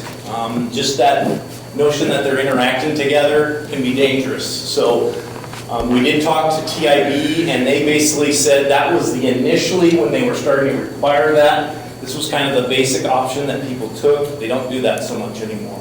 It's kind of the last option, just because of the commingling of a heavy car and a pedestrian. Well, then also to get that option to work, we had to reduce all of the lanes, the travel lanes and such, to almost minimum that's allowed by standards. And so now we have cars and bikes and narrower lanes.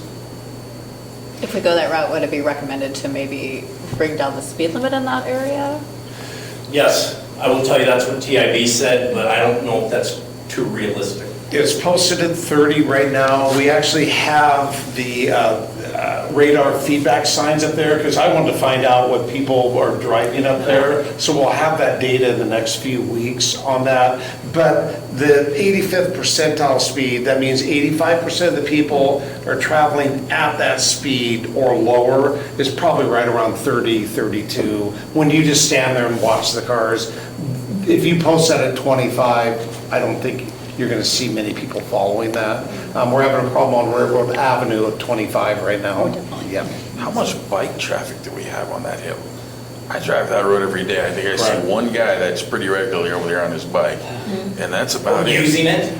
Yeah, I mean, using the bike, I don't see anybody riding bikes around here. Occasionally you see a guy on a GoPed or something, but I don't see people riding bicycles around Yeah, here. so part of our grant fund, we had to accept bike lanes as part of the grant fund, through the state. So it is a requirement, and you bring up a good point. Their thought pattern is you got to start somewhere here, folks, and this is a great commercial area, and you can connect to other areas, connect to your trail system eventually, and start making what they call an active transportation network, and we're actually working on that plan right now. So that makes sense for the first one then. So we're just trying to get started with bike lanes. Yep. To go crazy and add all the rest of this buffer lanes and worry about, people getting run over on their bicycle. Like I said, if there was a consistent bike path around here that people use, that would be definitely gung-ho to add things to it. But to go crazy when you got 2 people that ride bicycles through town a month, you know what I mean? It kind of seems goofy. And I agree. We have to kind of balance the life safety component of it as well as the cost associated with it. I get it. And candidly, to meet their damn requirements, we have to do what we don't necessarily want to all the time. So, and I'm just being honest with you So guys. option 1 would meet all their requirements, Well, and right? you're Correct. upsetting less of the business owners on that road, probably. That's what I mean. So it's probably the Sounds like lesser make of a lot the sense 3 right there. evils at this point. I mean, Understand. yeah. Let me get through the Go rest ahead. of them just quickly, you guys, so that that's a very good conversation that needs to continue on. So if you were doing a bare bones, that would ideally be that, but also you got to kind of draw in what kind of negative criticism are we going to get with regard to safety. You get to keep your parking. That's how that can be. This was actually the option that we, at least as staff, identified as the one. And if you don't need to go down there. This is the one that would at least provide, we think, the most safety as well as meet the criteria. In essence, the lanes are going to be a little bit bigger, especially the center turn lane. You do have parking. We're suggesting that you maintain the parking on the west side, so that's you maintain those.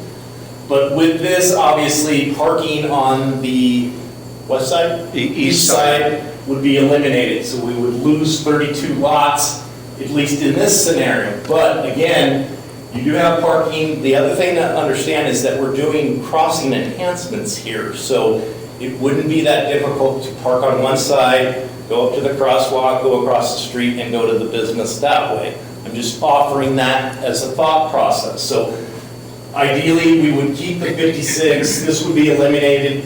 You get rid of kind of the parking issue here. You do have a buffered lane here, as well as this is kind of segregated to try to separate the two, but you still maintain that parking on that side. In this scenario, you maintain parking on both sides. So that plays into the factor.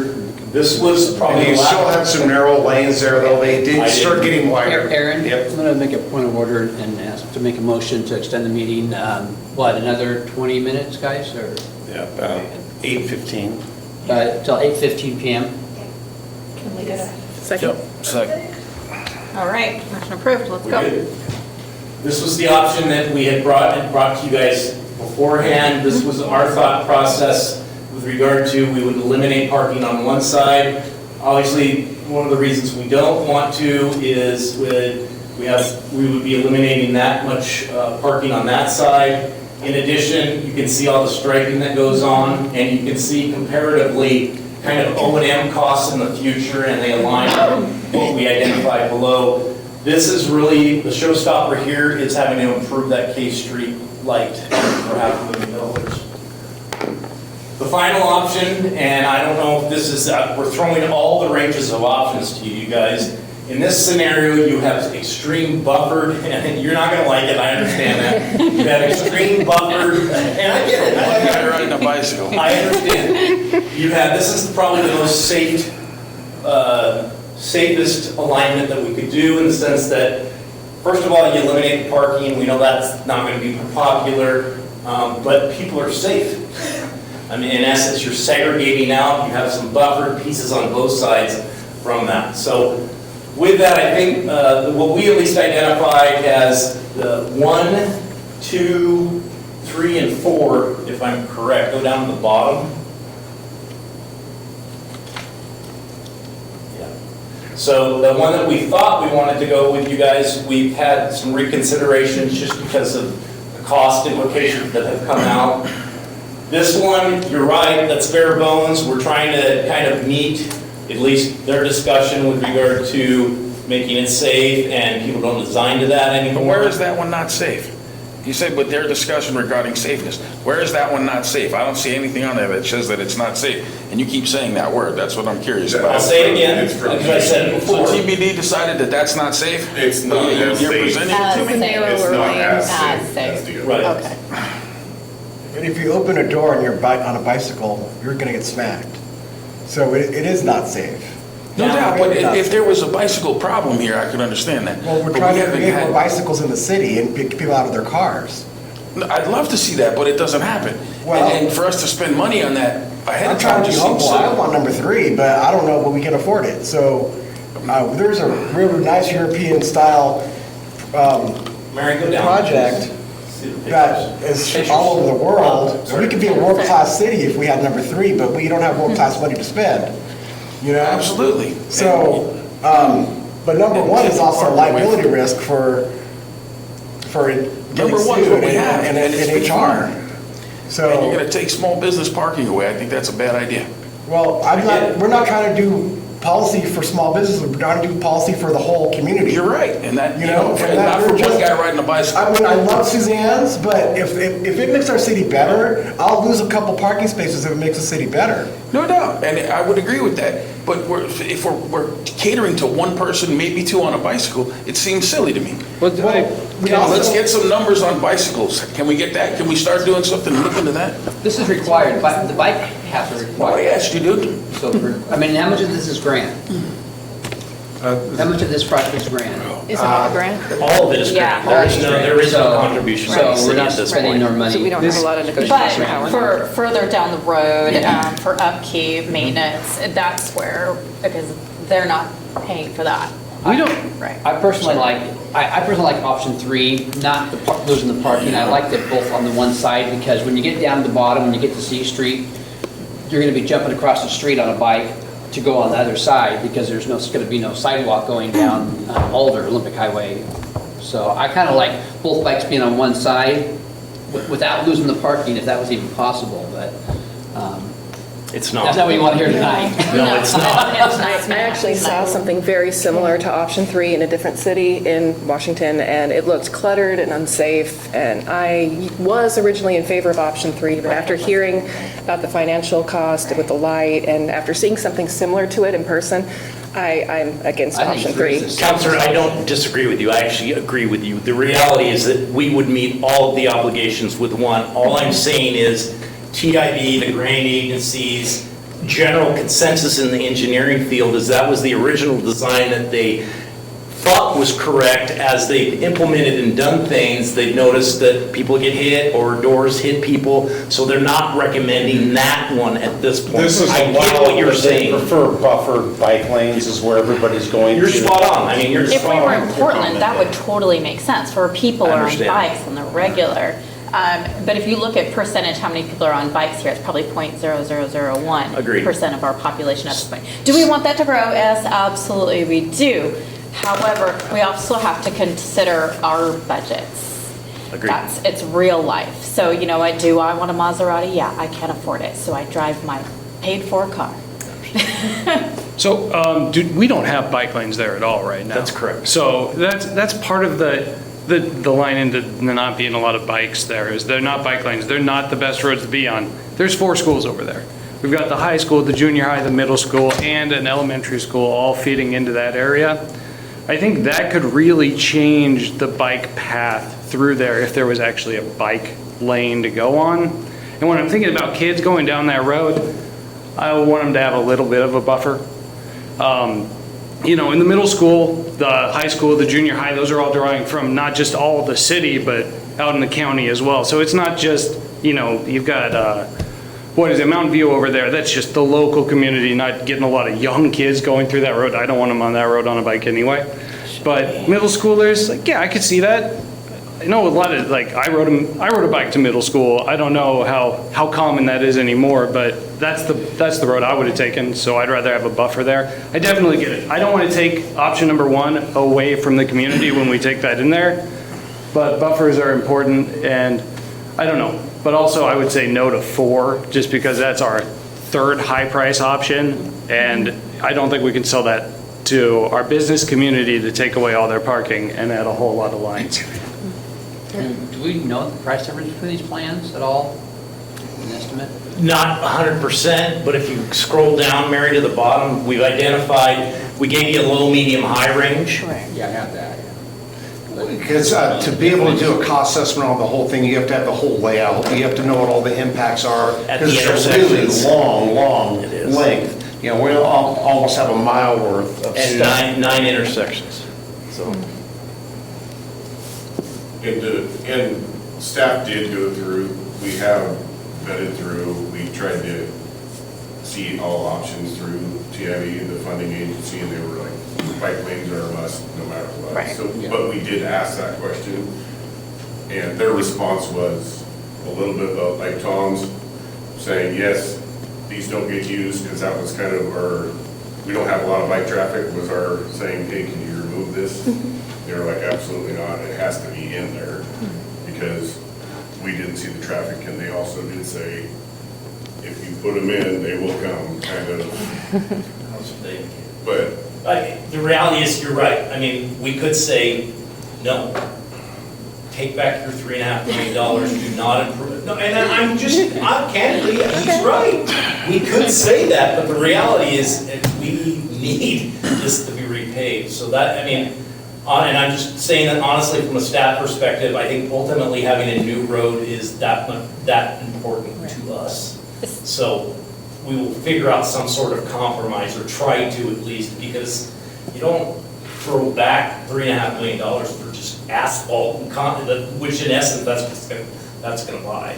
So can we, as a council, agree on, we need to perhaps narrow it down to 2 options, and perhaps at this point, 1 and 2 for financial reasons? Obviously, 3 would be the dream, but, we've got to narrow it down here. Would there be anybody here opposed to narrowing it down to 1 and 2 for the moment? Oh, no, I would want the public to be involved in all 4 options. This has already been vetted. Understand. We're taking this to the public, all Yeah. 4, because Yeah. we need to give them what's called a strip map showing what, and so we only want to produce 1 map if possible, and not both. So, I mean, staff's recommending number 2, that this is a plan that's a little further developed along than these conceptual sketches. You see what I'm saying? We have a mile long worth of striping to show on a sheet. So if I'm a business owner, I can sort of see. And so we really wanted to go in the meeting with a large strip map of one of the options, but show them this whole thing. Got it, I mean, got we it. don't want to, we're going to show them this whole, but that way I could show how they were rated, what decision you wanted to sort of go with, you know, as sort of a preferred. If I can get some sort of consensus on one of them, that would be helpful. And that would be the map we would produce for the meeting, but we would show them all this other information. And report back to you guys Well, after the I meeting. would go with option 2, and staff recommendation also. It seems a little safer than 1, and then obviously 4 is just absolutely out, even though we should let the public look at it. I mean, that's no parking at all. So I would go with 2. I have heard from some people that they're in favor of option 4. I am against taking away parking. I think option 2 is probably, in my opinion, the best option. It's a lower cost. You're getting the parking for, you know, Suzanne's or some of the businesses that need it, and you're still incorporating the bike lanes without shrinking the driving lanes too much. So I'm in favor of option 2. If we rank choice, I would go 3, 2, 1. All right, Tom? Yeah, I'd give it to number 2. I forgot about the shrunken driving lanes that we're dealing with too in option 1, which is. What do you think, Melissa? I think 2 is our best bet. We'll All right. present them all, you guys. Yeah, We'll present yeah, them all. yes, absolutely. And we will listen to folks that, you know, the other option, will also tell them kind of the caveats that we have to deal with. To repair our dang road, we have to meet certain conditions, unfortunately, so. I mean, I think whatever we do, once they get used to it, they're going to love it, because that's a terrible road. Well, this is Shelton. In the beginning, they're all going to hate it because there's change. So let's just be realistic. I'm just going to put that out The there. road surface they'll like. Yeah, everything else they'll be mad about, right? We've been there. Just like they love Coda Street. We hate change here. It's just who we are. It's part of our culture, right? It's okay. We understand that. We get used to it after a while and we forget. It's all good. So, So Aaron, could you just go over the public outreach format? So we're going to have a neighborhood meeting or a community meeting. It's likely we're going to find like the community credit union or something where we can go have it there. So we're Okay. up in the neighborhood. And then we're also talking about going out and using our community engagement specialist here and probably putting out some sort of little web thing and getting people where they can fill out some comment cards on the options they like online. So if they can't attend the meeting, at least they could see something online. And I don't know if you have any other ideas of something you folks would like to see, or I want to make sure we do enough outreach though, right? That we try to get to everybody is what the goal is here. If we Do do the you rank outreach, I choice think voting? people. Can we do ranked choice voting? Because I think we'd compromise on the 2 eventually, but I think it would show people's preferences, like whether we want to go high-end or whether we want to go bare bones. But I think if we did ranked choice voting, that would take a pulse of the community. And I think we'd end up with the compromise that this council has come up with, is we think number 2 is probably the best compromise. But I think ranked choice voting would be the way to go if we bring it to the public. We can bring a box there, have Yeah. them vote on it. Yeah, for I sure. think that when we do that. Make it outreach, though, confidential. that A lot of businesses are gonna wanna know up there, how are we gonna do it? I mean, I know this is just early stage, they're gonna wanna know in advance, when are you gonna block my business? Oh, yeah. Are we gonna do it in sections? Are we gonna do it all at once? Are you gonna just plow through it and then nobody's gonna be getting to my coffee stand? Or, so they're gonna wanna know that stuff, so when we do the outreach, we should probably have answers for that. That's gonna be, I'm telling you, that's gonna be a huge, huge question. How long is my business gonna be blocked? Understood. You know, so. That's it, you guys. Okay. No, I appreciate it. Counselor, I appreciate your comments because I agree with you for the most part. It's just, this is an expensive game that we're in, trying to maintain these roads. And the numbers that they talk about anymore, fixing a mile of road, nobody can do it anymore. I mean, you've got to get grants to make that kind of stuff happen. So I mean, I appreciate the conversation, I really do, because we've gone over it too internally ourselves with that. So if we had a robust funding internal program, our transportation benefit district, we wouldn't be going out for grant dollars, right? And then we would be able to control the project ourselves with your wishes. So. Agreed. But again, that would be significant on the citizens. So, you know, TIB was the funding agency, and we were lucky to get awarded this grant. And So. I absolutely appreciate getting $3 million of money to Yes. invest in our city. Granted, we have to jump through hoops, but that is what you have to do, is what you have to do. So, Yeah. you know, I mean, I'm not fond about having to change our fire flow every 3 years and having them tell us that we have to build another tank either. But that's just the way it is, that's the game. So we go after money and we ask for it, and hopefully we get it. Not easy issues, you guys. Appreciate your feedback. I do. All right. So That is the end of the staff reports for the evening. I appreciate you staying a few minutes later. Thank you. All right. Thank you. So does council have any new items for discussion? I do. I just have something, I'll be real quick. A couple weeks ago, we discussed with Judge Greer and Chief Costad about the public camping ordinance, and I asked if people who are being contacted or arrested involving that, if they are receiving resources for housing, and the answer was no. So I wanted to ask council's opinion. I have a pamphlet here for housing services. This is another one for just community services. I wanted to know what council's thoughts or opinions are about providing these resources to our court and to our officers when they're dealing with this, so that they have the materials needed to help people get into a positive space, a positive path forward. So anybody have any feedback on that?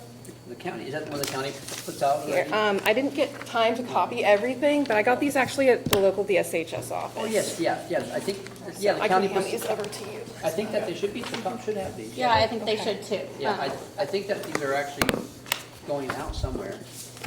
So, yeah, I don't have a problem with them being handed out to Great. people. That's fine with me. Okay. All right, thank you very much. All right. Any other ideas? Okay. And I'm in a leadership meeting tomorrow morning with the folks, and I will chat with them about it. Okay. And then, can you email that? I can. Okay? Yeah. Good, thank you. Awesome. Thank you, everyone. I'm not going to do board report, but I was at the Board of Health today, and just let everybody know that there's, measles is about 60 miles away. Not very many cases, about 8 cases. They're all related to the South Carolina 700 cases. So, but my point is, if you think you're sick and you might have symptoms of measles, call ahead. Don't go into emergency room or to a clinic with bumps on your body or any symptoms, because then you're going to infect everybody in the waiting room. Good to know. And I have a quick kind of question for the council. I respect you guys' time on these study sessions, that you all stay so late, because I know you're here early in the morning, and you're still here. So, Tom, I know that you are really busting to get here on time, but I'm wondering, would it be possible for study sessions, maybe we could consider bumping it to 5:45 or 5:30? Is that possible for you in your world, or is there, of this discussion anyways? I'm normally not as late as I was tonight. I could be here 15 minutes or earlier pretty reliably. Would anybody be opposed at starting a little bit earlier in the future, just because I'm trying to respect your guys' time? I I'm think that'd be a flexible. discussion when we open up the protocol manual. Right, It's coming we up, can, so, I was just I wondering. mean, if I don't care if anybody's- it's earlier. Yep, I'm good with it. I'll do it at 2 o'clock in the I'm afternoon. if you Obviously want. not making a decision on it tonight, but I just wanted to see if anybody would be hard opposed on I'm good with it. starting a little earlier. anyway, so. Okay, great, okay, cool, thank you. I can mention it to Mark too, when he gets back, to make sure the court's up there. I'm sure he'll be able to. Oh, right, good call, thank you so much. Right, does anybody else have anything for the good of the matter? Okay, so, let's take a look here. It is, the study session is adjourned at 8, is that 13? 13. 8:13 PM, thank you.